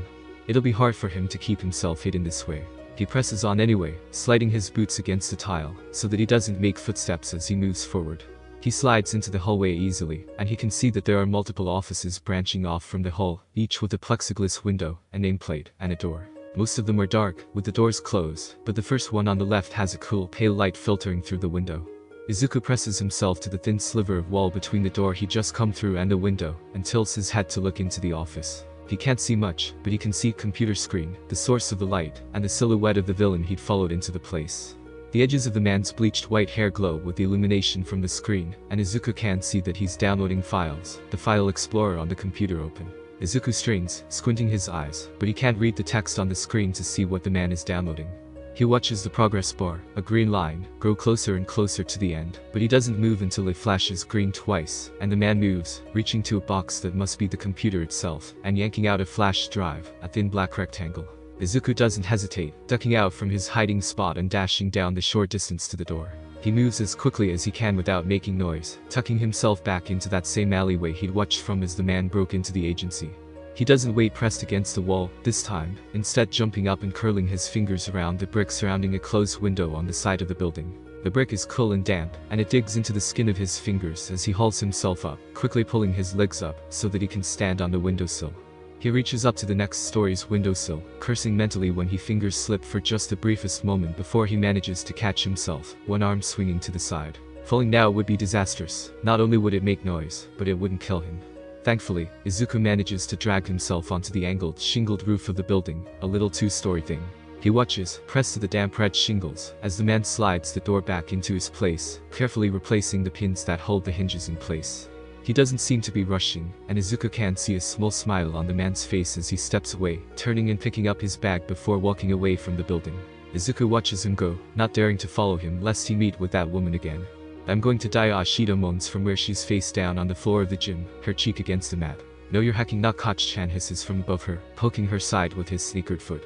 "Get your lazy up and do your last set." Izuku smiles from where he's sitting on a bench, his face plastered with sweat and his hands wrapped around his water bottle where it sits on his lap. "It's best to just get it over with," he tells Ashido. "Easy for you to say." Kaminari cuts in from where he's lying on his back on the ground, a sweat rag draped over his face. "You were at least in shape before this. You have no idea what it's like for the rest of us. We're going to die and the blood will be on Bakugo's evil hands." Izuku giggles, covering his mouth with one hand as Koch-chan whips his head around to glare at him. His childhood friend takes a threatening step toward him, holding a 10-pound dumbbell in one hand. "What's so hecking funny, Deku?" he hisses. "Do you want to do an extra set?"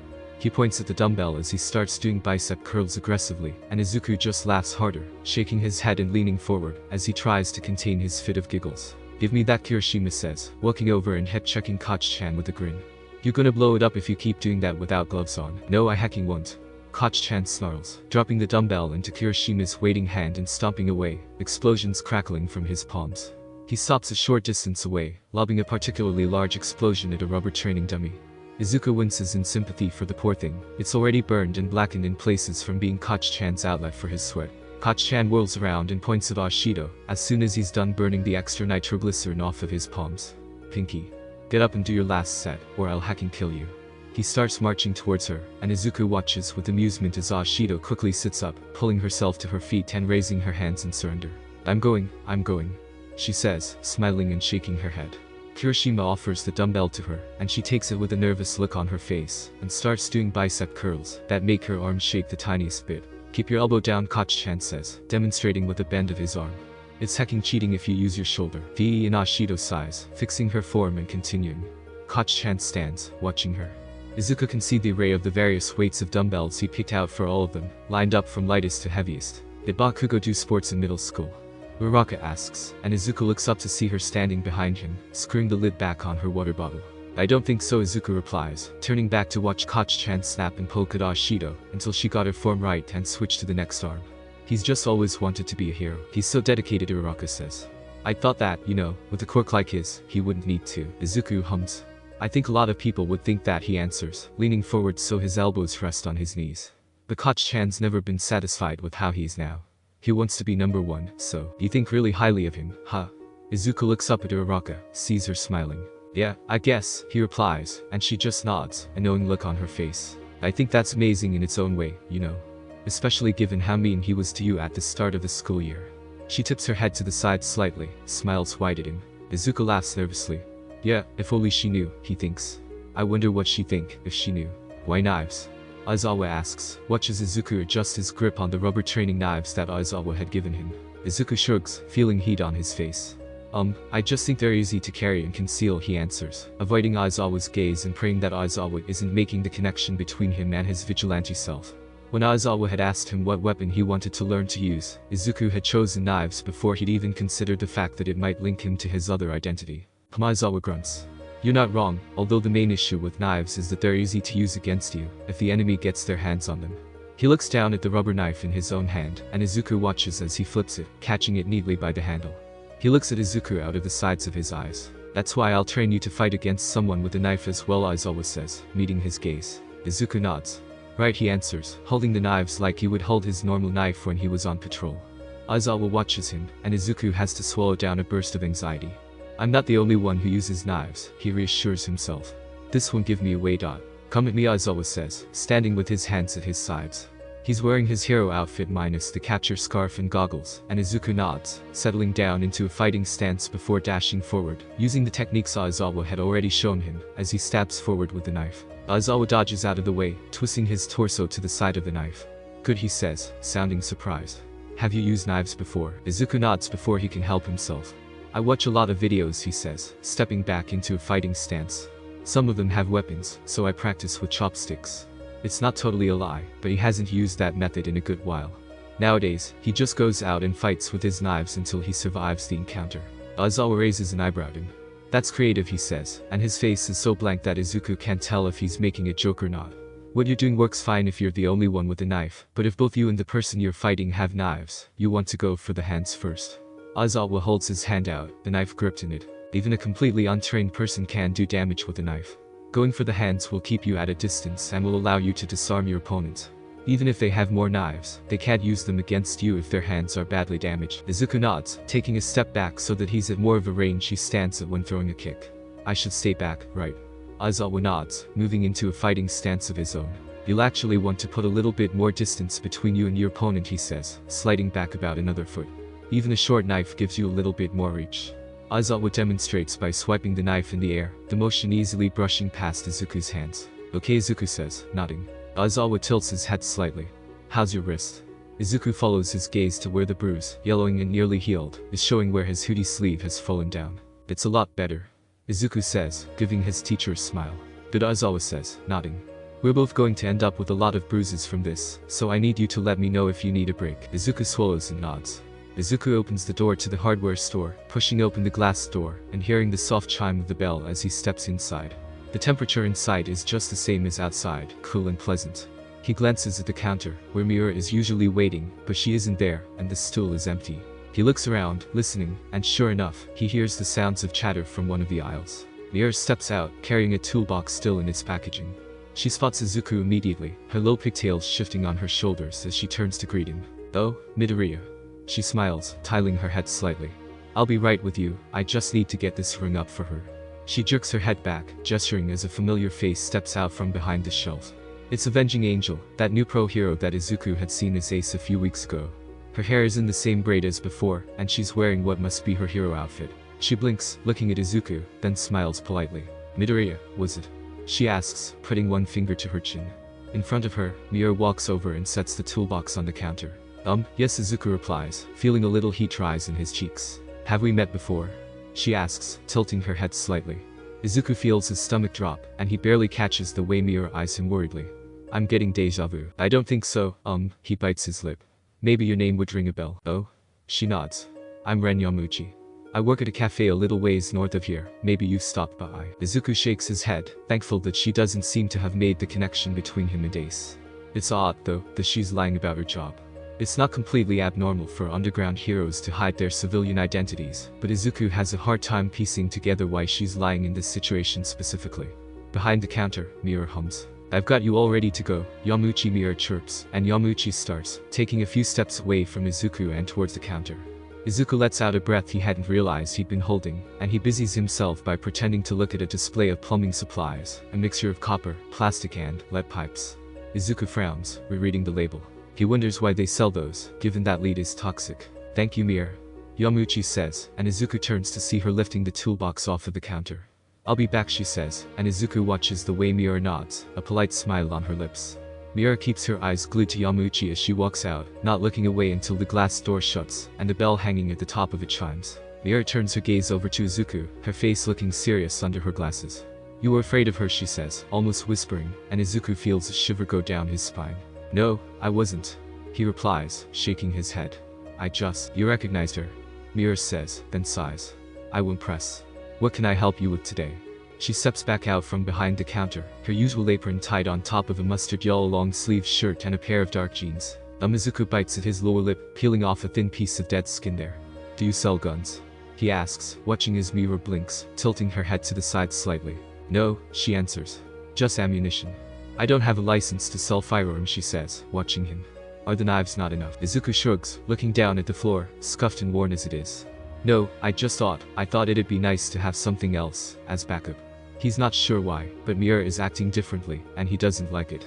There's something unpleasant about it, even though she hasn't done anything rude or mean, and Izuku feels like he's under a microscope, pinned under glass. Miura hums, still looking at him through her glasses. Izuku swallows. "I guess I'll just go," then he says, laughing nervously as he puts a smile on his face. Have a good day." He starts to move towards the door, but Miura reaches out, grabbing his wrist. Izuku can't help but flinch, even though her grip is gentle. He follows her gaze down to his wrist, to the yellowing bruise still there. Her fingers, pale and thin, are studded with bruises of their own, between the knuckles of each finger. They're black and violet fresh and they match the one on her wrist, a band of blackened skin. Izuku stares at it. "Midoriya," she says, and Izuku looks up to see a soft look on her face. "I don't know what you needed the knives for, and I don't know what you need the gun for, but I think I have some idea." Izuku watches her take a deep breath. "You don't have to kill to defend yourself," she says, staring at him with near black eyes. "And you don't want to. You're going to be a hero, right?" Izuku blinks, trying to remember when he told her that. "Yeah," he answers, voice just above a whisper. "But," she says, smiling gently, "then you should know that heroes don't kill people unless there's no other choice. You should also know that you can't be a hero if you're dead." Izuku blinks. "I wasn't going to, weren't you, though?" Miura lets go of his wrist. There's only two reasons a high schooler wants to buy a gun when he already has knives, and knows how to use them. Either he wants to kill himself, or somebody else. She tips her head slightly, her eyes drifting over his face. "For you, I would guess it's a little bit of both, but I've been wrong before." Izuku swallows, takes a step back. Miura doesn't stop him, this time. "Be careful, Midoriya," she says as he puts his hand on the door, tugging it open. The bell chimes, the sound ringing in this store. "Come back soon." Izuku turns and almost runs out of the store, his heart pounding in his throat. Izuku walks along the sidewalk, his and Koch-chan's steps just barely out of sync as they walk side by side. Izuku's uncomfortably hot in his school blazer, but the shirt underneath is short-sleeved, and the angry red cuts hiding underneath aren't something he wants Koch-chan to know about, so he just tries his best to focus on the sensation of the light breeze, and ignore the way the afternoon heat is making him sweat. Koch-chan seems to be in a similar state, even though he's already taken his blazer off, carrying it draped over one arm. He's always sweat more easily than Izuku. Probably a side effect of his quirk, Izuku thinks as he watches a bead of sweat run down Koch-chan's neck, stopping and soaking into the already damp fabric of his shirt collar. Koch-chan slides his gaze over, meeting Izuku's stare, and Izuku quickly looks away, his face heating up at having been caught staring. "Oi, Deku," Koch-chan says. "Do you have anything about me in any of your nerdy notebooks?" Izuku risks a glance at him, sees Koch-chan's face calm and curious. He scowls slightly when Izuku makes eye contact with him. Izuku swallows. "Why?" He looks back to the ground in front of him, watching as the squares of sidewalk pass underneath his feet. Koch-chan has only ever mentioned his notebooks in the sense that he found them creepy, thought they were stupid and stalkerish.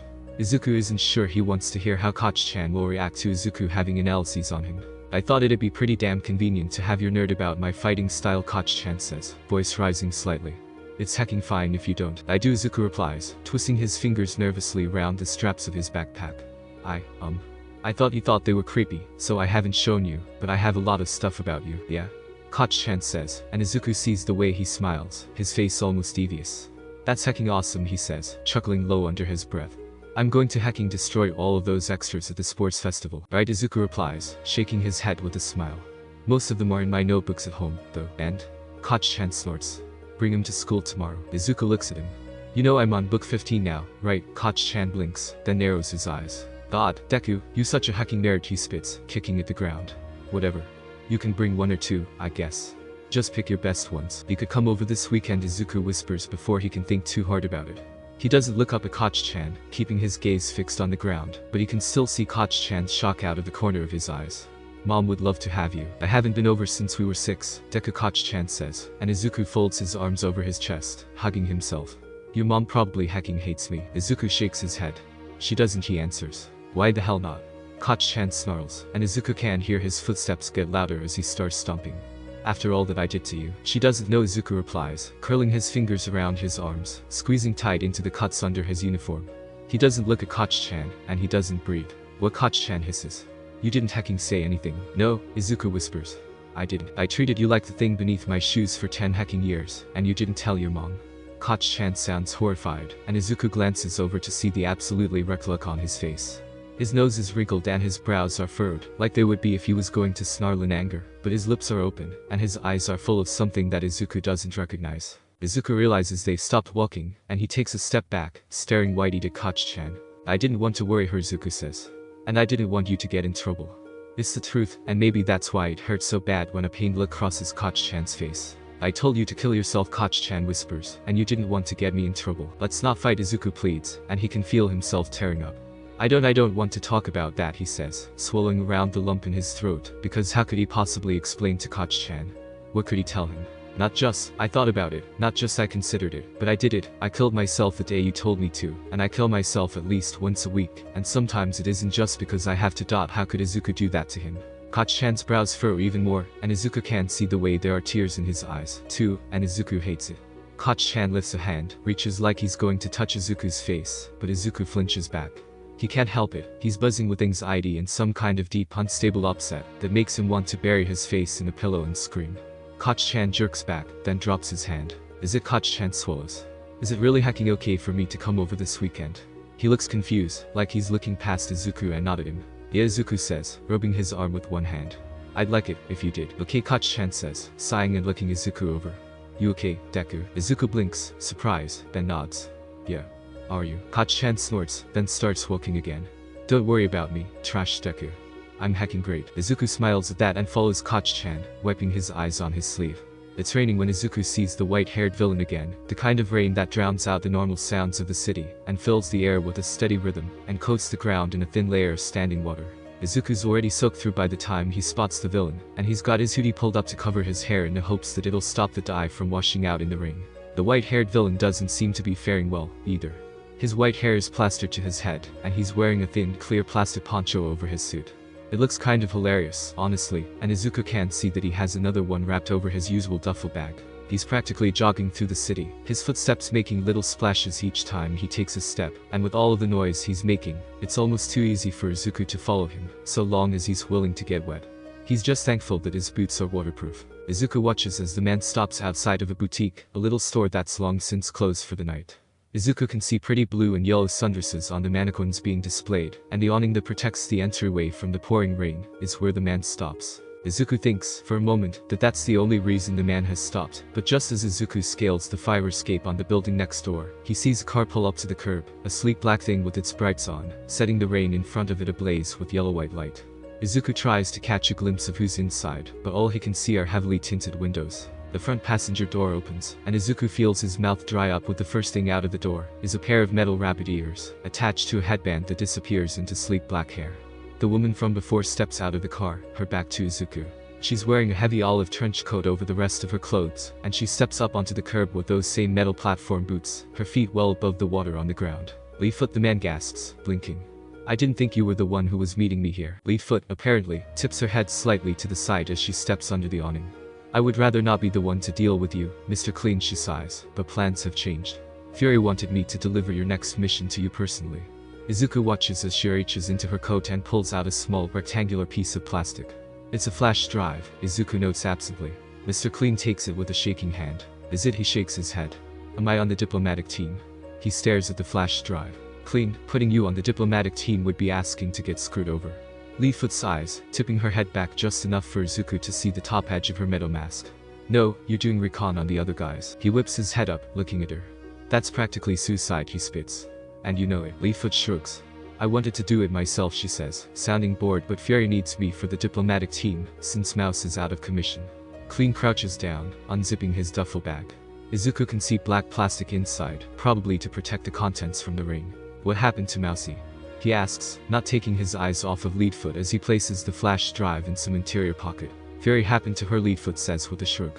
She decided to get smart with him again. Clean hisses through his teeth. Damn. She's not going to last another week at this rate. Leadfoot hums in agreement. Yeah, well, she wouldn't be the first. Do you have the report? She takes a step towards Clean, who flinches back. Relax, Soapy. If I had a hit order on you, you'd already be dead. Clean shakes his head, taking a shaky breath. Yeah, I have the stupid report. You gonna put in a good word with Fury for me? No, Leadfoot says, not missing a beat. If you did more than the bare minimum, I'd consider it. She taps her foot against the sidewalk. I'm waiting. Clean reaches into his bag, shuffling the contents around for a moment before pulling out a flash drive that looks identical to the one he just received from her. I even got the stuff you wanted on that Avenging Angel character, he says, and Izuku sees him grin as he holds the flash drive up to her.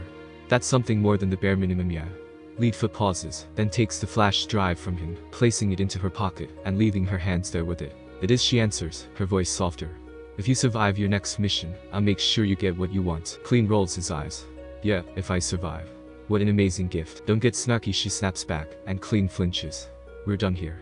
She turns her back to him, facing towards where Izuku is. Izuku freezes as she looks up, staring directly at where he's perched on the fire escape. He feels his heart start to thud painfully in his chest, and he inches back along the fire escape, ready to jump down if he needs to. He doesn't know her quirk though, and that scares him. She could stop him, make his foe non-lethal, and then where would he be? Izuku is cornered, effectively, and he can't make himself move, can't make himself run as she makes eye contact with him. And be more careful, she says. You're attracting too much attention. Izuku waits for her to point him out, to hurt him, but she doesn't. She turns and steps off of the curb, opening the door to the car and sliding inside without another word. Clean stares after her, a confused look on his face. Izuku draws in a deep breath and hauls himself up to the roof, his fingers slipping just a little with the ring. He waits until Clean is out of sight before he jumps. He's not going to let her remember him, not this time. It's strange, trying to find Eraserhead. Izuku's run into him plenty of times by accident, so he hadn't really considered how he would find him when he meant to. He knows his general patrol route, but the issue is that Aizawa doesn't always stick to the same route. If he's running missions or if other heroes are on patrol, he'll modify his route, avoiding areas that would already be covered. Izuku's noticed he spends less time in the areas that Izuku patrols as ace, and it makes him kind of proud of himself, in a strange way. Aizawa trusts him to keep that area under control, even if Izuku knows that it's mostly small-time criminals and drunk stupidity in his area, anyway. For that reason, Izuku isn't on his normal route right now. This part of the city is quieter, more industrial, and it reminds him of where he saw Leadfoot for the first time, but it thankfully isn't the same area. There's a bridge here that crosses over a shallow, muddy creek, and Izuku knows that Eraserhead sometimes patrols here after storms, like the heavy rain last night. Izuku doesn't know the exact reason, but it's probably because there are more accidents on the bridge when it's wet out, and the accidents that do happen are worse. Izuku would just text Eraserhead, except he isn't stupid enough to use his own phone to text a pro when he's technically a criminal. That, and Aizawa already has his number saved under his real name. They'd all given their homeroom teachers their numbers, and gotten a few staff numbers after the SJ incident. A necessary precaution, but one that completely prevents Izuku from using the number Aizawa gave him. So, Izuku walks along the side of the road that approaches the bridge. There are trees, here, little, recently planted things. Izuku likes the way the wind ruffles their leaves, making a soft, whispery sound. It's not raining tonight, thankfully, and his mom had helped him dry all of his equipment yesterday morning, so that it'd be ready for tonight, so he's warm and dry under his costume. The air still has a wet chill to it, the kind that promises more rain later, but Izuku is hopeful that he'll be home before it starts. Washable hair dye and rain really aren't the best combination, and he would prefer not to risk losing that element of his disguise in front of Eraserhead. Especially given that this is an encounter he needs Eraserhead to remember. Izuku finds himself sighing quietly in relief when he spots Eraserhead on the sidewalk of the bridge, standing with his capture weapon still wrapped tightly around his neck and shoulders. It looks like it's early on in his patrol, judging by the way his hair is still only about as tangled as it was during class earlier that day, rather than the snarled mess that it has been the times Izuku encountered him later in the evening, pushing into the early morning. It's clear the exact moment Aizawa spots him. He tilts his head just the slightest bit and starts walking towards Izuku, just as Izuku steps onto the portion of the sidewalk that marks the start of the bridge. Aizawa agrees, stopping when they're about 6 feet apart. Is everything alright? He seems somewhat surprised to see Izuku here, which is fair. Izuku hasn't ever been out this way at night before. It's fine, Izuku says, sticking his hands in the pockets of his hoodie, mirroring the way Aizawa has his hands in his pockets. I have some information I need to give you. Aizawa grunts in acknowledgement. Go on. The villain group working with Fury includes a male villain with white hair named Mr. Clean. Izuku starts imagining his analysis page in his head. His quirk allows him to make things slippery by touching them with his hands. He wears gloves normally, so it's like Izuku barely stops himself from comparing it to how Koch-chan secretes nitroglycerin from his palms, catching himself just in time. It's likely he can't turn the ability off and on at will. He uses the ability to infiltrate hero agencies, including the one that Transplant and Airjet work at. Izuku takes a breath, and Aizawa raises a palm to stop him. Kid, how did you find this out? Izuku can't place the tone in his voice. I followed Clean multiple times over the past 3 weeks, Izuku says, speaking quickly, so Aizawa won't have a chance to interrupt. He's been meeting with a female villain going by the name Leadfoot. I don't know her quirk, but it's obvious from what she said that she's higher up in the organization than Clean. She's spoken to Fury directly, and she seems to pick up reports and deliver missions for him. She wanted information on Avenging Angel, and Clean said he got it for her. Izuku swallows. I don't know much else, but they have some kind of a diplomatic team that's working with other villains, I think. They're sending Clean to do reconnaissance on them, and Clean seemed really nervous about it. If this is your idea of not getting involved, Aizawa mutters, gritting his teeth. I never promised that I wouldn't, Izuku says, shrugging. Was any of that helpful? Aizawa cuts himself off, shaking his head. Yeah, it's helpful. Were you spotted? Izuku pauses, swallows around the dryness in his mouth. Not by Clean, he says, and Aizawa tenses up. Leadfoot saw you. He sounds angry, like those first days of classes. Leadfoot saw you, and you got away. She didn't chase me, Izuku says, blinking. Aizawa sounds almost scared, like he's worried for Izuku.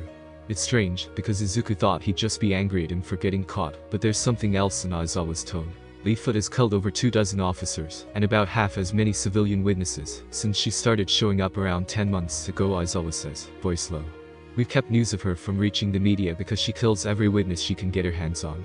She's dangerous, Ace, extremely so. He pauses. How do I know you're not working with her? Izuku blinks. You don't, he answers, because he can't think of anything else to say. But if I was, wouldn't I have claimed she didn't spot me at all? If she apparently kills everyone who sees her, it would be more suspicious for me to say she'd seen me in the first place when I could just say I didn't get caught at all. Aizawa grunts. For the record, I believe you. What you said lines up with what I already knew, but he takes his hands out of his pockets and folds them over his chest. You need to stop chasing after this group. I'm not kidding around when I say that they will not hesitate to kill you if they catch you. Izuku can't help but chuckle at that. I know, he says, and thinks, I'm counting on it. On the morning of the sports festival, the air has finally cleared from the days of rain, leaving it a beautiful, bright morning. It's not hot or cold, but Izuku is both shivering and sweating in his sports uniform anyway, as he stands with Class 1A, the clean morning sunlight illuminating the arena he stands in.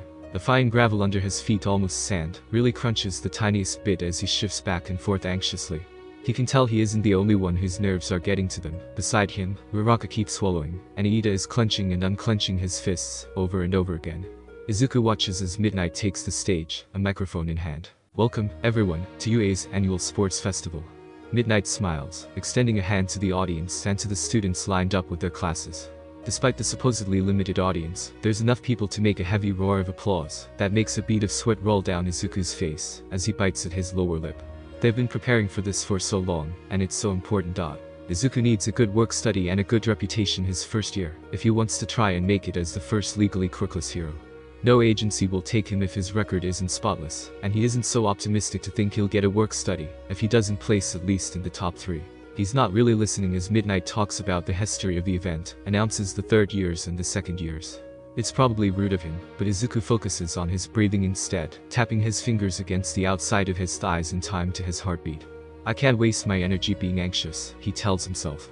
I need this adrenaline later, for the events. He's thought about it a lot, and he wants to get through the first 2 events with only 2 deaths max. His current limit appears to be around 4 or 5 deaths, and he doesn't want to be in anything but top shape for the tournament. He's also not sure when his quirk will reset him to when he does die. So far, it seems to put him out of danger, but there's no real danger to the sports festival. Anytime Izuku has killed himself just for the sake of dying, he always resets to only moments before he did it, meaning that there's a chance he won't be able to use his quirk to redo the events at all. He'll certainly try, if it comes to that, but Izuku is intent on winning the first event without needing his quirk. Representing this year's first years, from Class 1A, we have Katsuki Bakugo, Midnight says, the mention of his class and Koch-chan snapping him out of his thoughts. Bakugo here placed first in the entrance exams, so he will be speaking on behalf of the first years. Bakugo, if you will.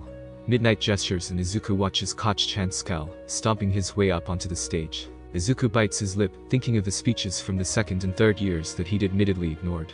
From the way the audience had cheered and the students had clapped along mildly, though, it was clear they'd said something positive and inspirational. As Koch-chan grins, his face already taken with that sort of manic anger he wears in battle, Izuku doesn't think this will be the same kind of speech. His fears are confirmed when Koch-chan starts to snarl into the microphone, spitting something about how he's going to win. The funny thing is that after his first few words, Izuku can't even hear him over the muttering and the booing from the crowd. Izuku shifts nervously, looking at the faces of the other first-year classes, and he has to swallow around a lump in his throat when he sees the way they're all glaring at Class 1, like they had personally insulted him. Izuku supposes that they had, considering the way Koch-chan is growling into the microphone. Midnight looks nervous where she stands on stage, and she nudges Koch-chan aside, taking the microphone back from him. Well, she clears her throat. That was certainly something. With that out of the way, I'd like to announce the first event for this year's first-year competition. Izuku clenches his jaw as Midnight smiles, leaning forward to listen, even though her voice is clear now, with the audience going quiet in anticipation. The first event this year will be an obstacle course. We'll start soon, so all 11 first-year classes should make their way to the start as soon as I'm finished explaining. The course will take you a total of 4 kilometers around the outside of the festival stadium, Midnight says, gesturing at a large archway that's labeled as the starting point. You may, of course, use your quirks as much as you'd like, but don't leave the course. Purposely incapacitating another student is also banned. Now, she waves.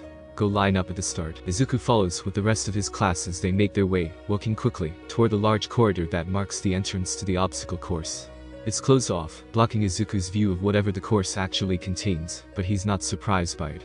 The metal barrier is reminiscent of the UA barrier, and it's a strange kind of familiarity when Izuku looks up at it. He takes a deep breath, forcing his muscles to uncoil and his breathing to smooth out. No matter what happens, this is just a festival, he reminds himself. It won't be as bad as yesterday, because nobody will die. Well, except for maybe me, he thinks with a small smile. When the gate opens, he's taking off before he has a chance to think about it. He sees the robots right away, of course, and he recognizes them with a grin. I know how to defeat them, he thinks with glee, because he'd already dealt with them many times in the entrance exam. He's running, pushing past students like when he snuck out during the media infiltration, and the sensation of his feet slapping against pavement is a comforting one, something he's felt over and over again on his patrols. Without realizing it, Izuku's been preparing for this for a long time, and he grins as he pushes past a group of students, just as a blanket of ice grows under their feet with a crackling sound. Todoroki, he notes, and he turns his head to see Todoroki, Koch-chan, and Yorirozu running almost even with each other. Izuku turns his gaze back to the front, eyeing the robots fast approaching. They're not moving particularly quick, instead walking around with slow, controlled motions, but Izuku doesn't slow as he approaches a two-pointer from the exams, crouching for just a second to prepare himself for a running leap at the thing. The ball of his foot hits it square on the forehead of its metal face with a satisfying clank, and it collapses underneath him. Izuku digs his heels into his shoulder, using the momentum of his fall to propel himself forward again. It's like he's on the obstacle course alone, really, because the only things he's focused on is running forward, dodging the bodies of falling robots and grinding his feet against the track. The muscles in his calves burn the kind of good pain that comes when he's on patrol, running through empty streets and across lonely rooftops, and the clanging and shouts of the others fighting the robots is the only thing that reminds him he isn't on patrol. He keeps running, a grin stretched wide on his face as he passes the last robot, a zero-pointer that he can already see crusting over with ice. A piece of debris, a big flat piece of metal, starts to fly past him, and impulsively, he reaches out and grabs it, running with it tucked under one arm. It's heavy and awkward, but he remembers the entrance exam, when he'd needed a piece of metal to use as a lever to get Uraraka out from under the rubble that had trapped her. He prays that his effort here will pay off later, and if it doesn't, well, it's not like he can't try again. He sees the next obstacle and barely even slows down. The ropes that connect the stone pillars, hanging high above the bottom of the track, are thin, but they're not wet, and they're not cold or slippery. Izuku stops running right at the edge of the fall, his shoes grating against the ground as he skids to a stop. He shoves the piece of metal sheeting he's carrying into the waistband of his pants, and it's uncomfortable and awkward, but it leaves both of his arms free. Wrapping his hands around the rope and crawling across is easy, after so many nights climbing buildings and fire escapes in the pouring rain or without any light. The rope is soft and sturdy under his hands, and he notes idly that he has the added benefit of not being afraid of falling, not after so many swan dives off of roofs. I guess I have Koch-chan to thank for that one, he thinks to himself as his childhood friend blasts past him, his explosions firing him easily across the gaps between the pillars. Izuku forces himself to focus on putting one hand in front of the other, as more people pass him, like a girl with pink hair and a jetpack, of all things. He knows that he's still ahead of most of the pack, at least, and he doesn't know what the last obstacle will be. he can still catch up, but that doesn't mean it isn't frustrating for him to be crawling upside down along the ropes, as others can literally fly across. It isn't fair, and it reminds him of what he's had to do, how many times he's had to die to get here. But it doesn't matter, Izuku thinks, because I'm going to beat them anyway. Izuku hauls himself onto solid ground at the end of the pit obstacle, his hands just starting to ache from being tightly clenched around the rope. He stands up and takes a moment, chest rising and falling with each breath, to glance behind him as he pulls out his piece of metal and tucks it back under one arm. It hits him in a wave of relief, shaky and wonderful, when he sees that the pit trap is still absolutely crawling with other students. I'm not behind, he thinks, smiling and turning to run forward again.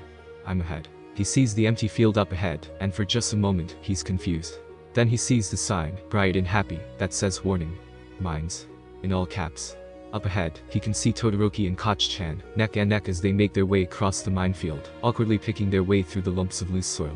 It's making their progress slow, and Izuku steps forward, a plan already forming in his mind. A couple of students walk past him as he starts to dig up the mines using that piece of metal as a shovel, but he ignores their incredulous glances.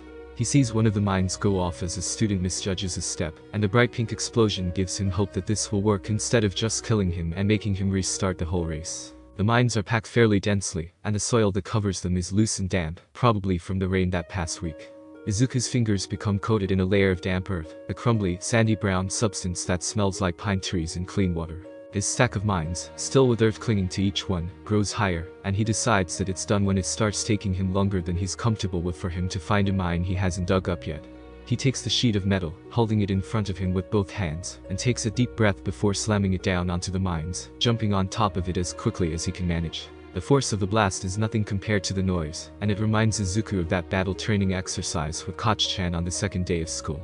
His ears ring, and pink dust fills his vision as he soars forward, gripping to the front of his metal sled with all of his might. It hits the ground with an impact that rattles Izuku's joints, but he doesn't stop, picking up the shield and running forward. He can see Koch-chan and Todoroki both running still, with Todoroki looking back at him with gritted teeth. Izuku can't keep up with them, especially not as Todoroki starts to freeze the ground underneath himself, rendering him immune to the mines, and as Koch-chan simply uses the blasts of his quirk to fly just above the ground, only stepping onto the earth every 10 seconds or so. Izuku clenches his jaw, and still running, he moves his shield in front of him again, slapping it onto the mine he'd been about to step on with as much force as he can muster, harder than the first time.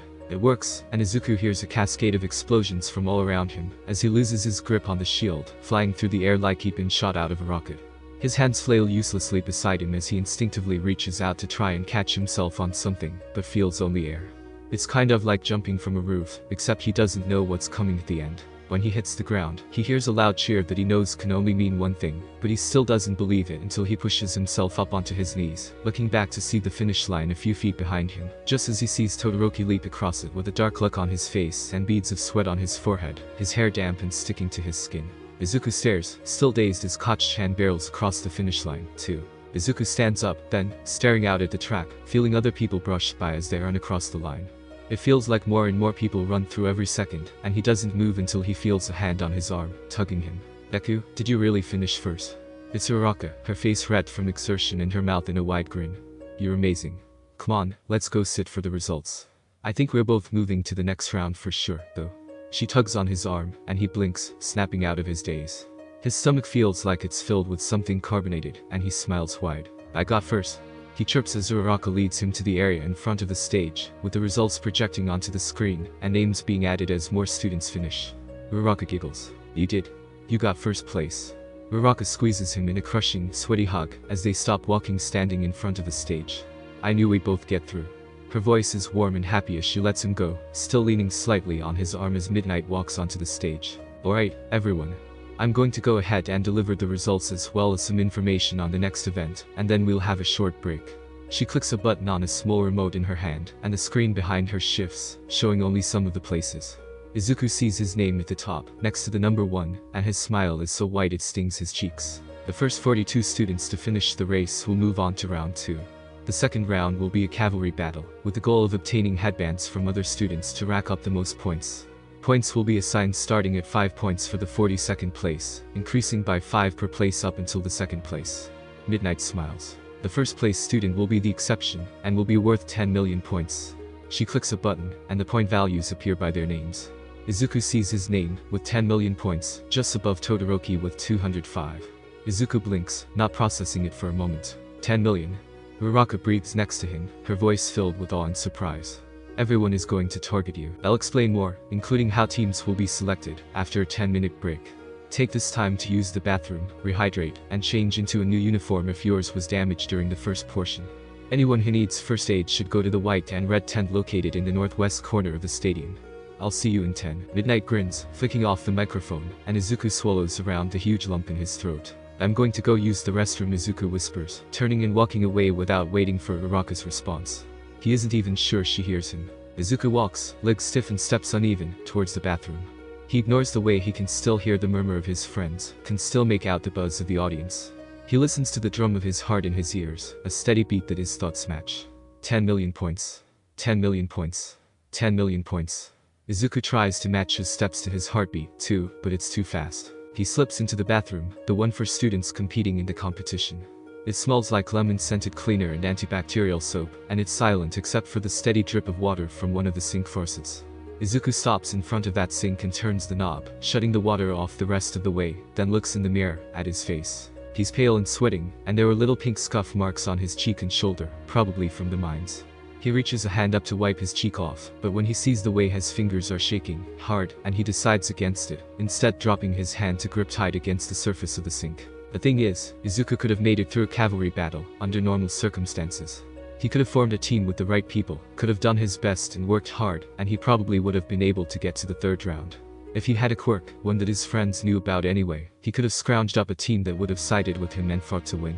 If he hadn't gotten first place, he would be able to get a team together despite his quirklessness, because he wouldn't be the biggest target in the game.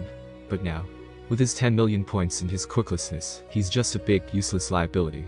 It doesn't matter that he got through the obstacle course without using a quirk. What matters is that for the cavalry battle, not having a quirk will make him vulnerable and everyone knows it. He messed up. Izuku walks, slowly and calmly, to the last bathroom stall. He's never done it this way in public, but he can't get anywhere high enough, not now, and it's not like he has any other way. He locks the stall door and sits on the floor, the tile cool under his skin. He listens, and he can still hear the faucet dripping. It must be broken. Izuku reaches into the pocket of his pants and pulls out his little pill case, opens it and pulls out his razor. It shines in the bright fluorescent lighting, glimmering a light silver tone. The brand name is embossed on the side, and Izuku thinks it's kind of funny that the last thing he reads before he dies, the last bit of language he experiences, is so often that brand name. He rolls up his sleeves, exposing the scars and scabs just above and below his elbow joint, from his cutting over the past few weeks. There isn't a single scar from any of his suicides, but he still knows where to press the blade and how hard to pull, how to dig it in deep and press like he's trying to cut between the two bones in his forearm.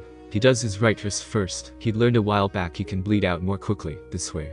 The blood starts bubbling up almost immediately, and he switches hands, cutting down his left arm and dropping the razor to the floor with a sigh. He leans back, rests the back of his head against the tiled wall behind him, and shuts his eyes. He can feel the pulse of his blood as it leaves through the burning wounds on his arms, but more than that, he can feel that sensation of calm, clear relaxation that he always gets in these moments. It's nice, and Izuku feels a peace, even as he feels a rushing in his ears and the icy sensation of blood loss. He's growing dizzy fast, his blood forming a puddle under him and soaking his pants, when he hears the door to the bathroom open. He's too far gone to flinch, really, but he does open one eye, watching with blurry vision, as a pair of standard sports uniform shoes take a step inside, then freeze. They must smell the blood, Izuku thinks. Or maybe I'm panting. His breath does feel kind of shallow and quick, but that's normal for bleeding out. He's grown to kind of like it. It makes it seem faster, makes him fade into the blackness more quickly than if he tries to calm his breathing. He hears the frantic beat of feet against tile, and he shuts his eyes again, just as whoever it is bangs on the door to his stall. Izuku takes the closest thing he can to a deep breath. He'd be worried about them saving him, but the only thing he can feel at the moment is a pleasant buzz in his chest, gathering around his ribs. He doesn't even know if his arms are still there. He wonders if he can move them, but he doesn't bother trying. Pack, the person on the other side of the door says. His voice is familiar to Izuku, and maybe that's why Izuku isn't surprised to see the latch of the stall door ice over before it's broken by a neat hit with a hand. Todoroki pushes his way inside, mismatched eyes wide with fear, and Izuku can only think, I don't remember opening my eyes again. Midoriya. Todoroki breathes, pausing for a moment before rushing forward, sliding to the ground. Izuku watches the way his knees land in the pool of blood, the way the dark liquid soaks into the legs of his sports uniform. Izuku hums in response, not resisting as Todoroki grabs one of his arms, and starts pressing his hand onto the wound. It hurts, but Izuku doesn't really care because he can see the way his blood keeps pulsing out, the blood escaping between Todoroki's fingers. Todoroki is strong, but Izuku's heart is pumping his blood through the artery that he'd severed, and Todoroki can't possibly hold it all in. Why? Todoroki says, a frantic whisper as he presses his palms into the wound, staring with wide eyes at Izuku's face. Why would you? He cuts himself off, shaking his head and looking back down at Izuku's arm. It's okay, Izuku says, lifting the arm Todoroki isn't holding. A stream of blood falls from it, and Todoroki's face goes pale when Izuku reaches up to place his hand on his cheek. I'll come back, Izuku whispers, the edges of his vision already going black. He can tell from the way his entire body is buzzing like it's asleep, from the way the bleeding in his arms has started to slow, that it's almost over.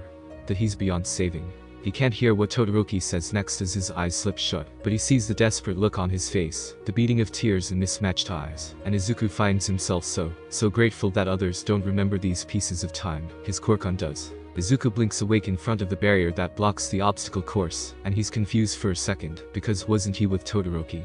The gate slides open, and people start to run, and he remembers all in a rush. He stumbles through the first part of the race, copying his movements from before and slamming the robot to the ground, running without thinking.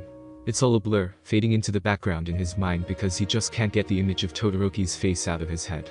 His classmate's face, pale and horrified, his eyes so white it looked like it hurt.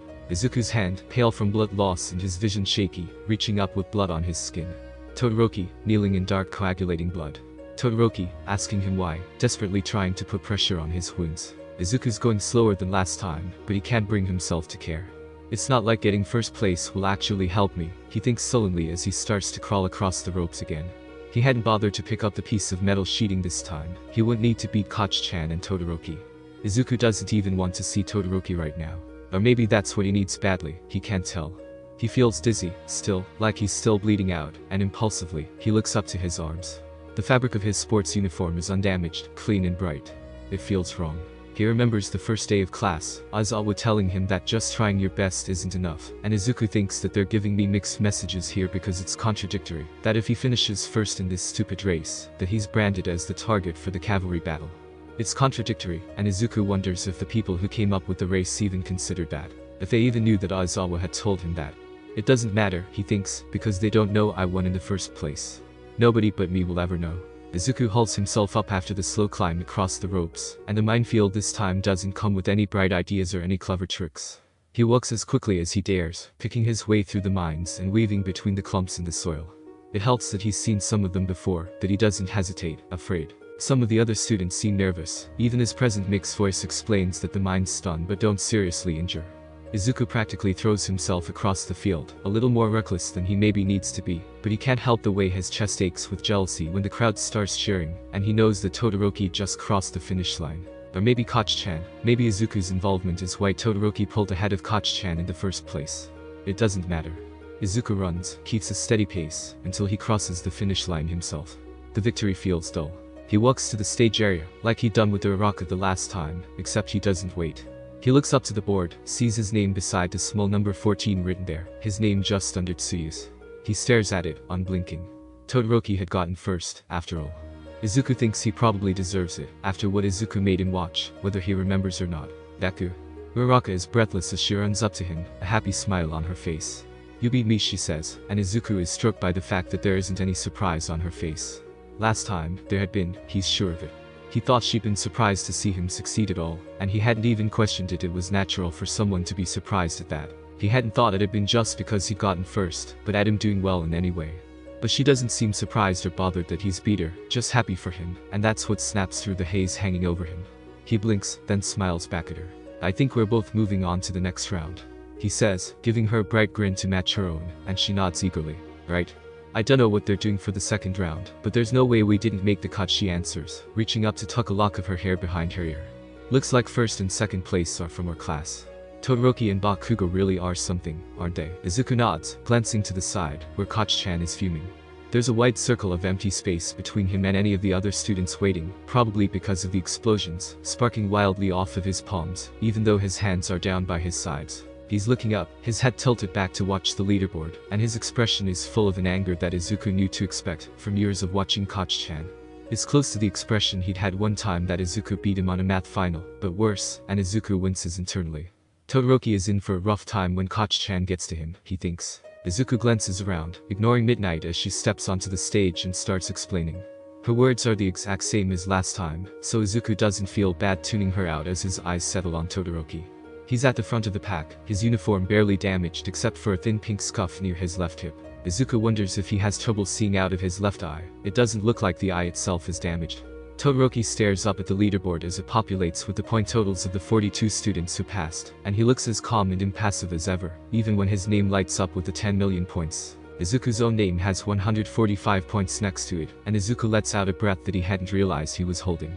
That's much more manageable, he thinks. He tunes in as he recognizes the end of Midnight's speech. I'll explain more, including how teams will be selected, after a 10-minute break. Take this time to use the bathroom, rehydrate, and change into a new uniform if yours was damaged during the first portion. Anyone who needs first aid should go to the white and red tent located in the northwest corner of the stadium. I'll see you in 10. Midnight grins, flicking off the microphone, and Izuku takes a steadying breath. He looks over to Todoroki, and sure enough, the man walks off in the direction of the bathrooms. Izuku had been wondering if it was just a coincidence or if Todoroki had noticed him leaving and followed. As Izuku is watching him, Todoroki glances back, his eyes meeting Izuku's. His face is calm, impassive, but Izuku thinks he sees his brows twitch for just a second, something akin to confusion. Todoroki blinks, then turns away, looking just the same as he had before. Izuku thinks he might have imagined it. This time, Izuku doesn't haul himself off to the bathroom. He looks over to Araka, who's looking right back at him, her head tilted to the side, slightly. From over her shoulder, he can see Ida and Tsuyu approaching, and Izuku waves at them. Araka blinks, turning to look, and then she waves too. Hey guys, she says, and Izuku can hear the smile in her voice. You made it through. We all did, Ida says, puffing out his chest a little bit.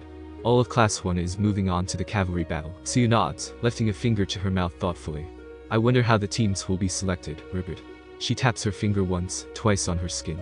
They may decide to do it randomly. I hope not, Izuku says, swallowing. He doesn't want to have to deal with the uncertainty of resetting, if that's the case. There's no telling what team he'd get put with, and the other teams would change too, meaning that his strategies from before wouldn't help. It'd be pretty much the worst case scenario. Why, an unfamiliar voice says, sneering.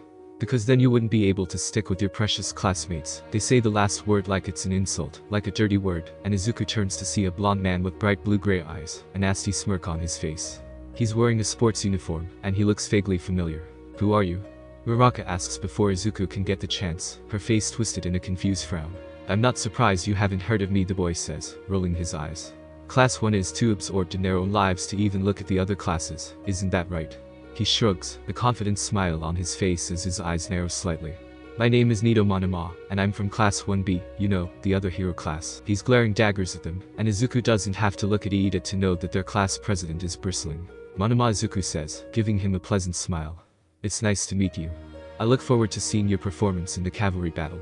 He gives Monoma the same face he gave to teachers in middle school, to potential bullies before they had decided whether or not they'd hit him. The impassive empty smile, polite and non-confrontational. Midoriya, is it? Monoma narrows his eyes, his lips turning up in a strange smile that makes Izuku's skin crawl. You're the quirkless one, I wonder why they let you into the hero course of all. Izuku blinks, not surprised by the comment, but it still stings. He opens his mouth to reply, but he's cut off by Tsuyu stepping in front of him. Monoma, she croaks, her voice low and dark. I think you should leave, Ribbit. Izuku glances over at her, and he sees Iida nod, agreeing with her. Monoma rolls his eyes, unbothered. What, do you like keeping him as a pet? I will admit, he looks like he'd be awfully fun to tease. Monoma tilts his head, reaching a hand out toward Izuku.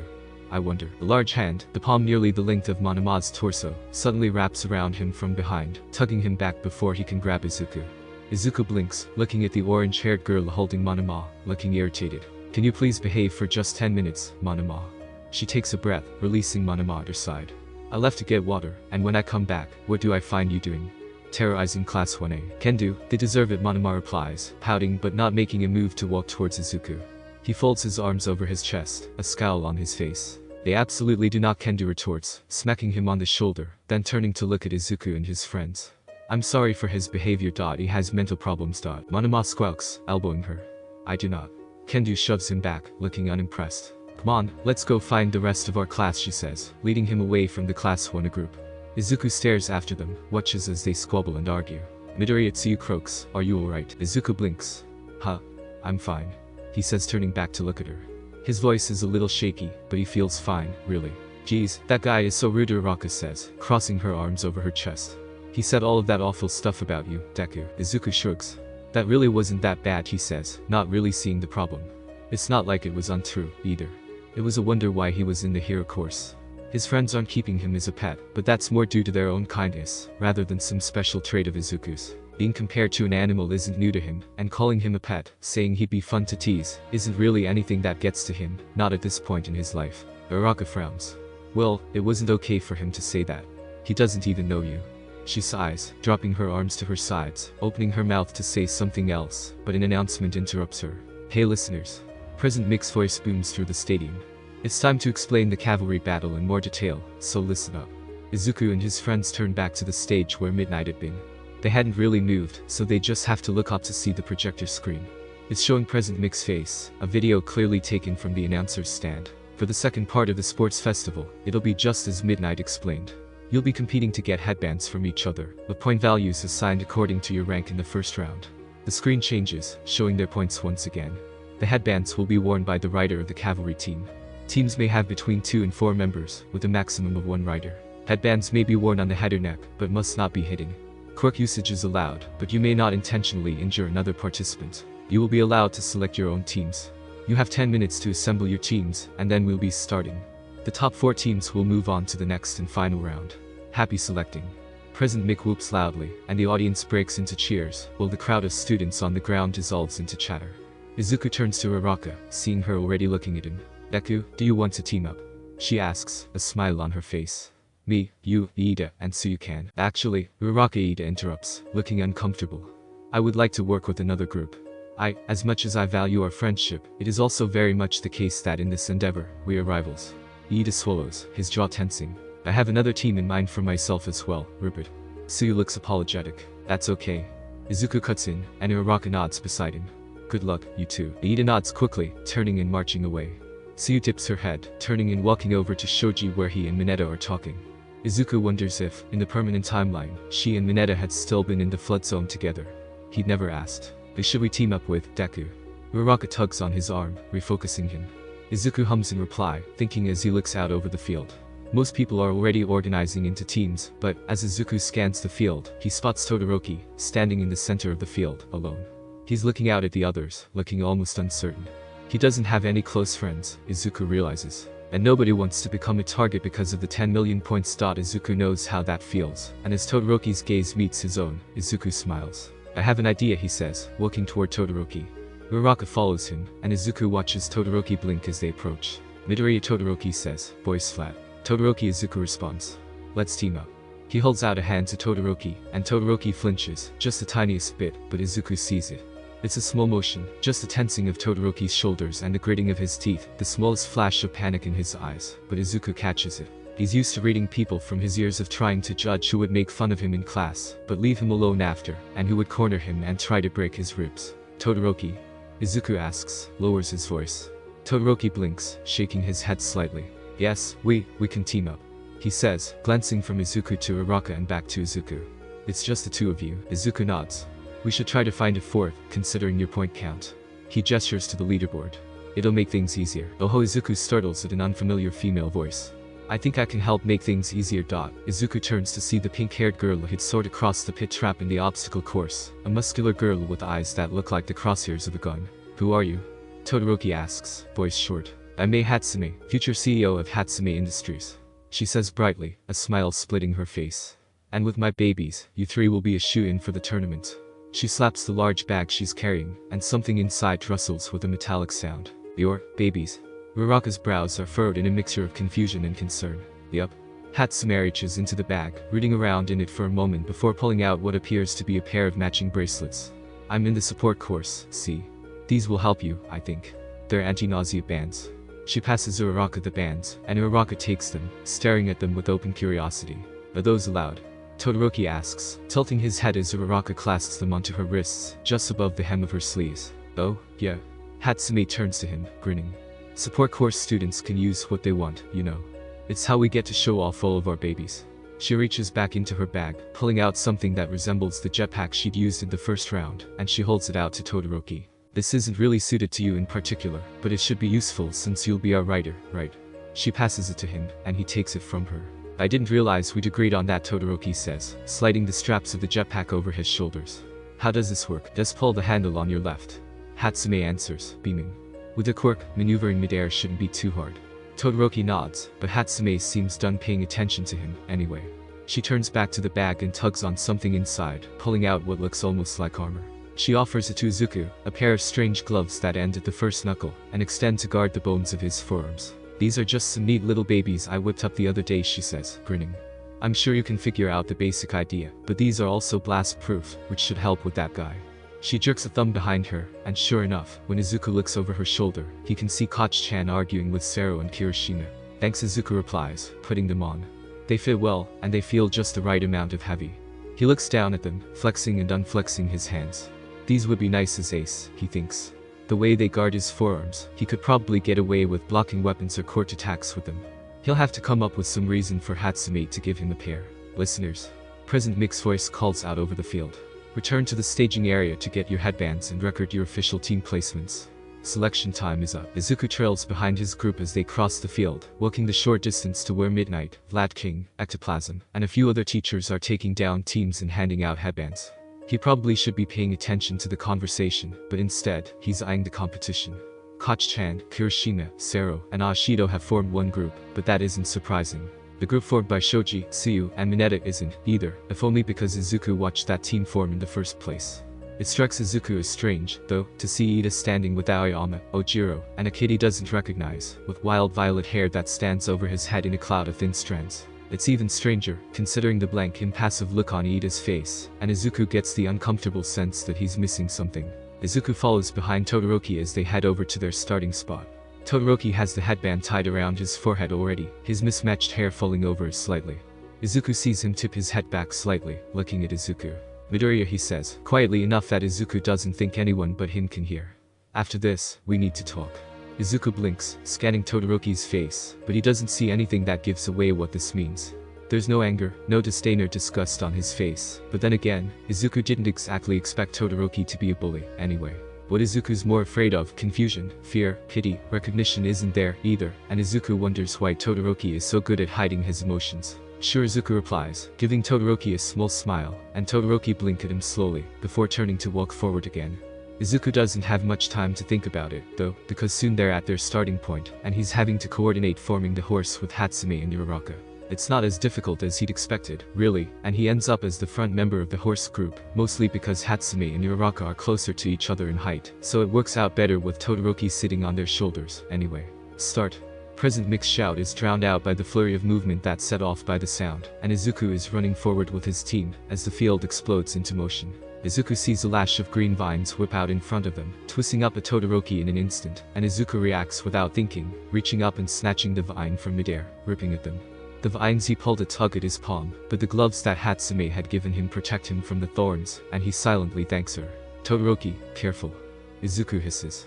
They're after us, he shouts, pointing as a girl Shiozaki. He thinks with hair that matches the vine he just deflected tilts her head forward, a wave of thick vines rushing forward at them. Todoroki waves a hand, a wave of ice cascading over the vines and freezing them in place. He nods, and Izuku grins, looking forward again. The group of Class 1B students seem to be distracted, fighting with Koch-chan's team, and Izuku turns his gaze to a team fast approaching them. Yaoyorozu sits on top of Kaminari and Jiro's shoulders, with Tokoyami forming the front of the horse, Dark Shadow already reaching towards them. Izuku bites his lip as Todoroki waves, another wave of ice rising up to meet their opponents. Izuku watches as the ice beats Dark Shadow back, but something about Tokoyami's quirk looks odd. Izuku frowns, seeing Dark Shadow seem to twitch and grow in the shadow of Todoroki's ice, bursting through it, just as Izuku hears a shout from Uraraka. Deku. Uraraka shouts, and Izuku ducks just in time to dodge a piece of tape that flies past him. Izuku is forced to turn away from where Todoroki is trying to stave off Tokoyami and the rest of Team Yaoyorozu. It's years of practice to tell Izuku exactly how to dodge when Koch-chan points a hand behind himself, angled down, then blasts the air between his teammates.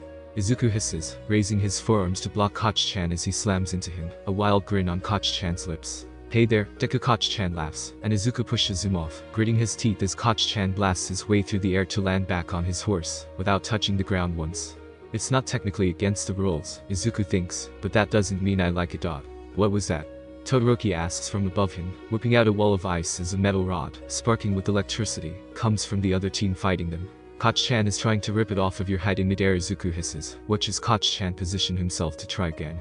He's coming. Todoroki nods, whipping around, hair raising up and moving as he quickly summons a wall of ice that blocks Koch-chan's path before the other boy can even take off. Izuku hears Koch-chan curse loudly, and for some reason, the light of the explosions behind the ice barrier is what makes it click. Light. Izuku breathes. Todoroki, Tokoyami's weakness is light. You need to use your fire. It'll weaken his quirk long enough for us to get away from one of the other teams. Izuku grins, shooting a glance up to Todoroki, only to see a look of grim determination on his classmate's face. I don't use my fire in combat, he says, just as Izuku sees a thick sheet of something grey whip out from Yaoyorozu, where she sits on top of her horse. Izuku feels the blood drain out of his face, and he opens his mouth to warn Todoroki, but he doesn't have any time. Now, Kaminari. Yaoyorozu shouts just as the insulation sheet wraps around her, Jiro, and Tokoyami. Izuku sees both Kaminari's grin and the quick movement from Uraraka as she reaches up and slaps Todoroki's back. The weight Izuku is helping to support disappears at the exact same time that he's met with a shock that rattles his bones and makes his eyes clench shut involuntarily. This isn't his full power, Izuku notes, dully, as he feels his teeth smash against each other as the shock passes through his body. He's seen people get hit by Kaminari's full-strength shock. They drop to the ground. From the way his muscles burn as the electricity leaves him, Izuku doesn't really want to experience Kaminari's full-strength blast. He blinks, trying to move his head to reassess their surroundings, but the muscles there don't really listen to him.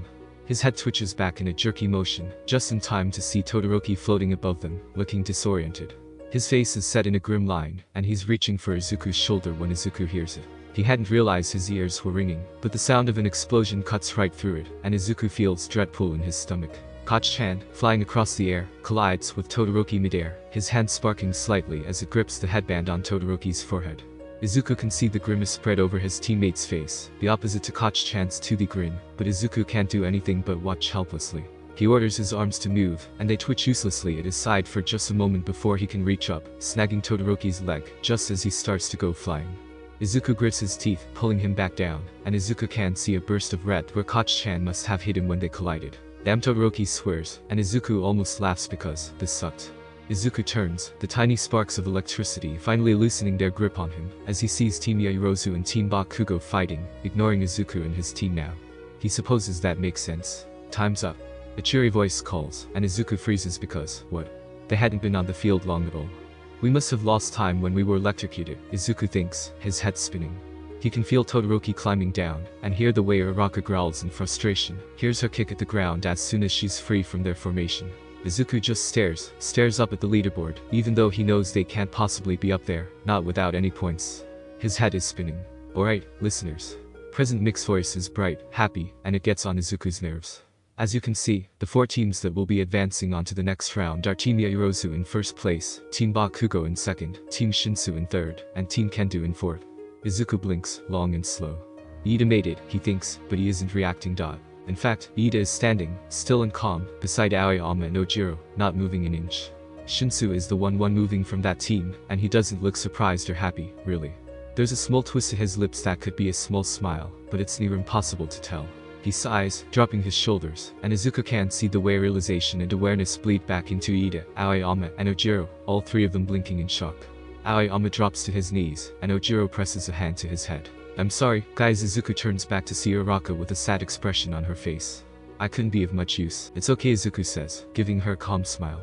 You did the best you could. Yes, she says, looking at the ground. I'm going to go call my parents, she whispers, her voice breaking. I'll see you all later. I'm going to go back to my workshop, Hatsume says, not sounding upset in the slightest. I have tons of new ideas. Thanks for the help. She waves and bounces off, not looking back. Uraraka sniffles. It's okay, Uraraka, Izuku says, because someone needs to. I'll see you in this stance. She nods, turning and wiping at her eyes. Izuku takes a deep breath, then starts to walk as well. Uraraka wouldn't have to call her parents. She wouldn't have to cry about this, not next time. Izuku already knows what he needs to do as he steps forward. Midoriya, Todoroki says, and Izuku blinks, turning to look at him and seeing his brows furrowed. The faint red mark on his jaw is already starting to bruise, turning a light purple shade. Yeah? Izuku replies, stopping and tipping his head. What are you? Todoroki shakes his head, blinks. Where are you going? Izuku smiles, shrugs. I'm just going to use the restroom. I want to wash the sweat off of my face. He watches Todoroki's face, reminds himself that Todoroki doesn't remember. I'm the only one who knows, but he's not entirely successful at convincing himself. And Todoroki grunts, turning his gaze back away from Izuku, and Izuku takes it as a dismissal. He pivots on his feet and starts walking back to the restroom, forcing a calm look onto his face. The walk to the bathroom feels longer than it really is, but it's probably because Izuku keeps listening for the sounds of people following him, just in case. He makes it to the bathroom uninterrupted, though, and when he locks himself in the last stall, he doesn't waste time. He rolls up his sleeves and pulls out his razor. He sits on the tile floor. He draws 2 matching lines on each forearm, 2 white cuts that spill out dark blood and pulses that match his heartbeat. He drops the razor, leans his head back, and counts back from 100. He makes it down to 62 before he hears the door to the bathroom open, just like last time, except whoever it is doesn't hesitate. Izuku hears footsteps, and he starts to try and haul himself up, his feet slipping in the blood uselessly. His head is spinning already, and he'd cut deeper this time, his arms not responding to his commands at all. His shoes slide in the dark liquid just as the stall door is ripped open, and Izuku looks up to see Todoroki, a white icy mist coming from his mouth and a wild look on his face. Midoriya, he shouts, flinging himself forward, and this time, Izuku throws himself back, moving away from Todoroki. He slides, only managing to corner himself in the back of the handicapped stall he's killing himself in, but his motion seems to stop Todoroki short for a second. Why would Todoroki shakes his head, raising a hand up to his forehead? I don't understand, he hisses. I don't know what's happening. I don't remember. Izuku draws in a sharp breath, fighting against the gray in his vision. You don't remember, he says, his voice high and weak. Remember what he manages to ask, his vision filling with gray. He can see Todoroki's gaze snap back over to him. I don't. Todoroki's voice fades into blackness, and Izuku tries for the first time ever to resist the heavy grip of death. Thanks for watching, you beautiful people. If you enjoyed, like, share and sub. You can check other what ifs on the channel. I'll see you around.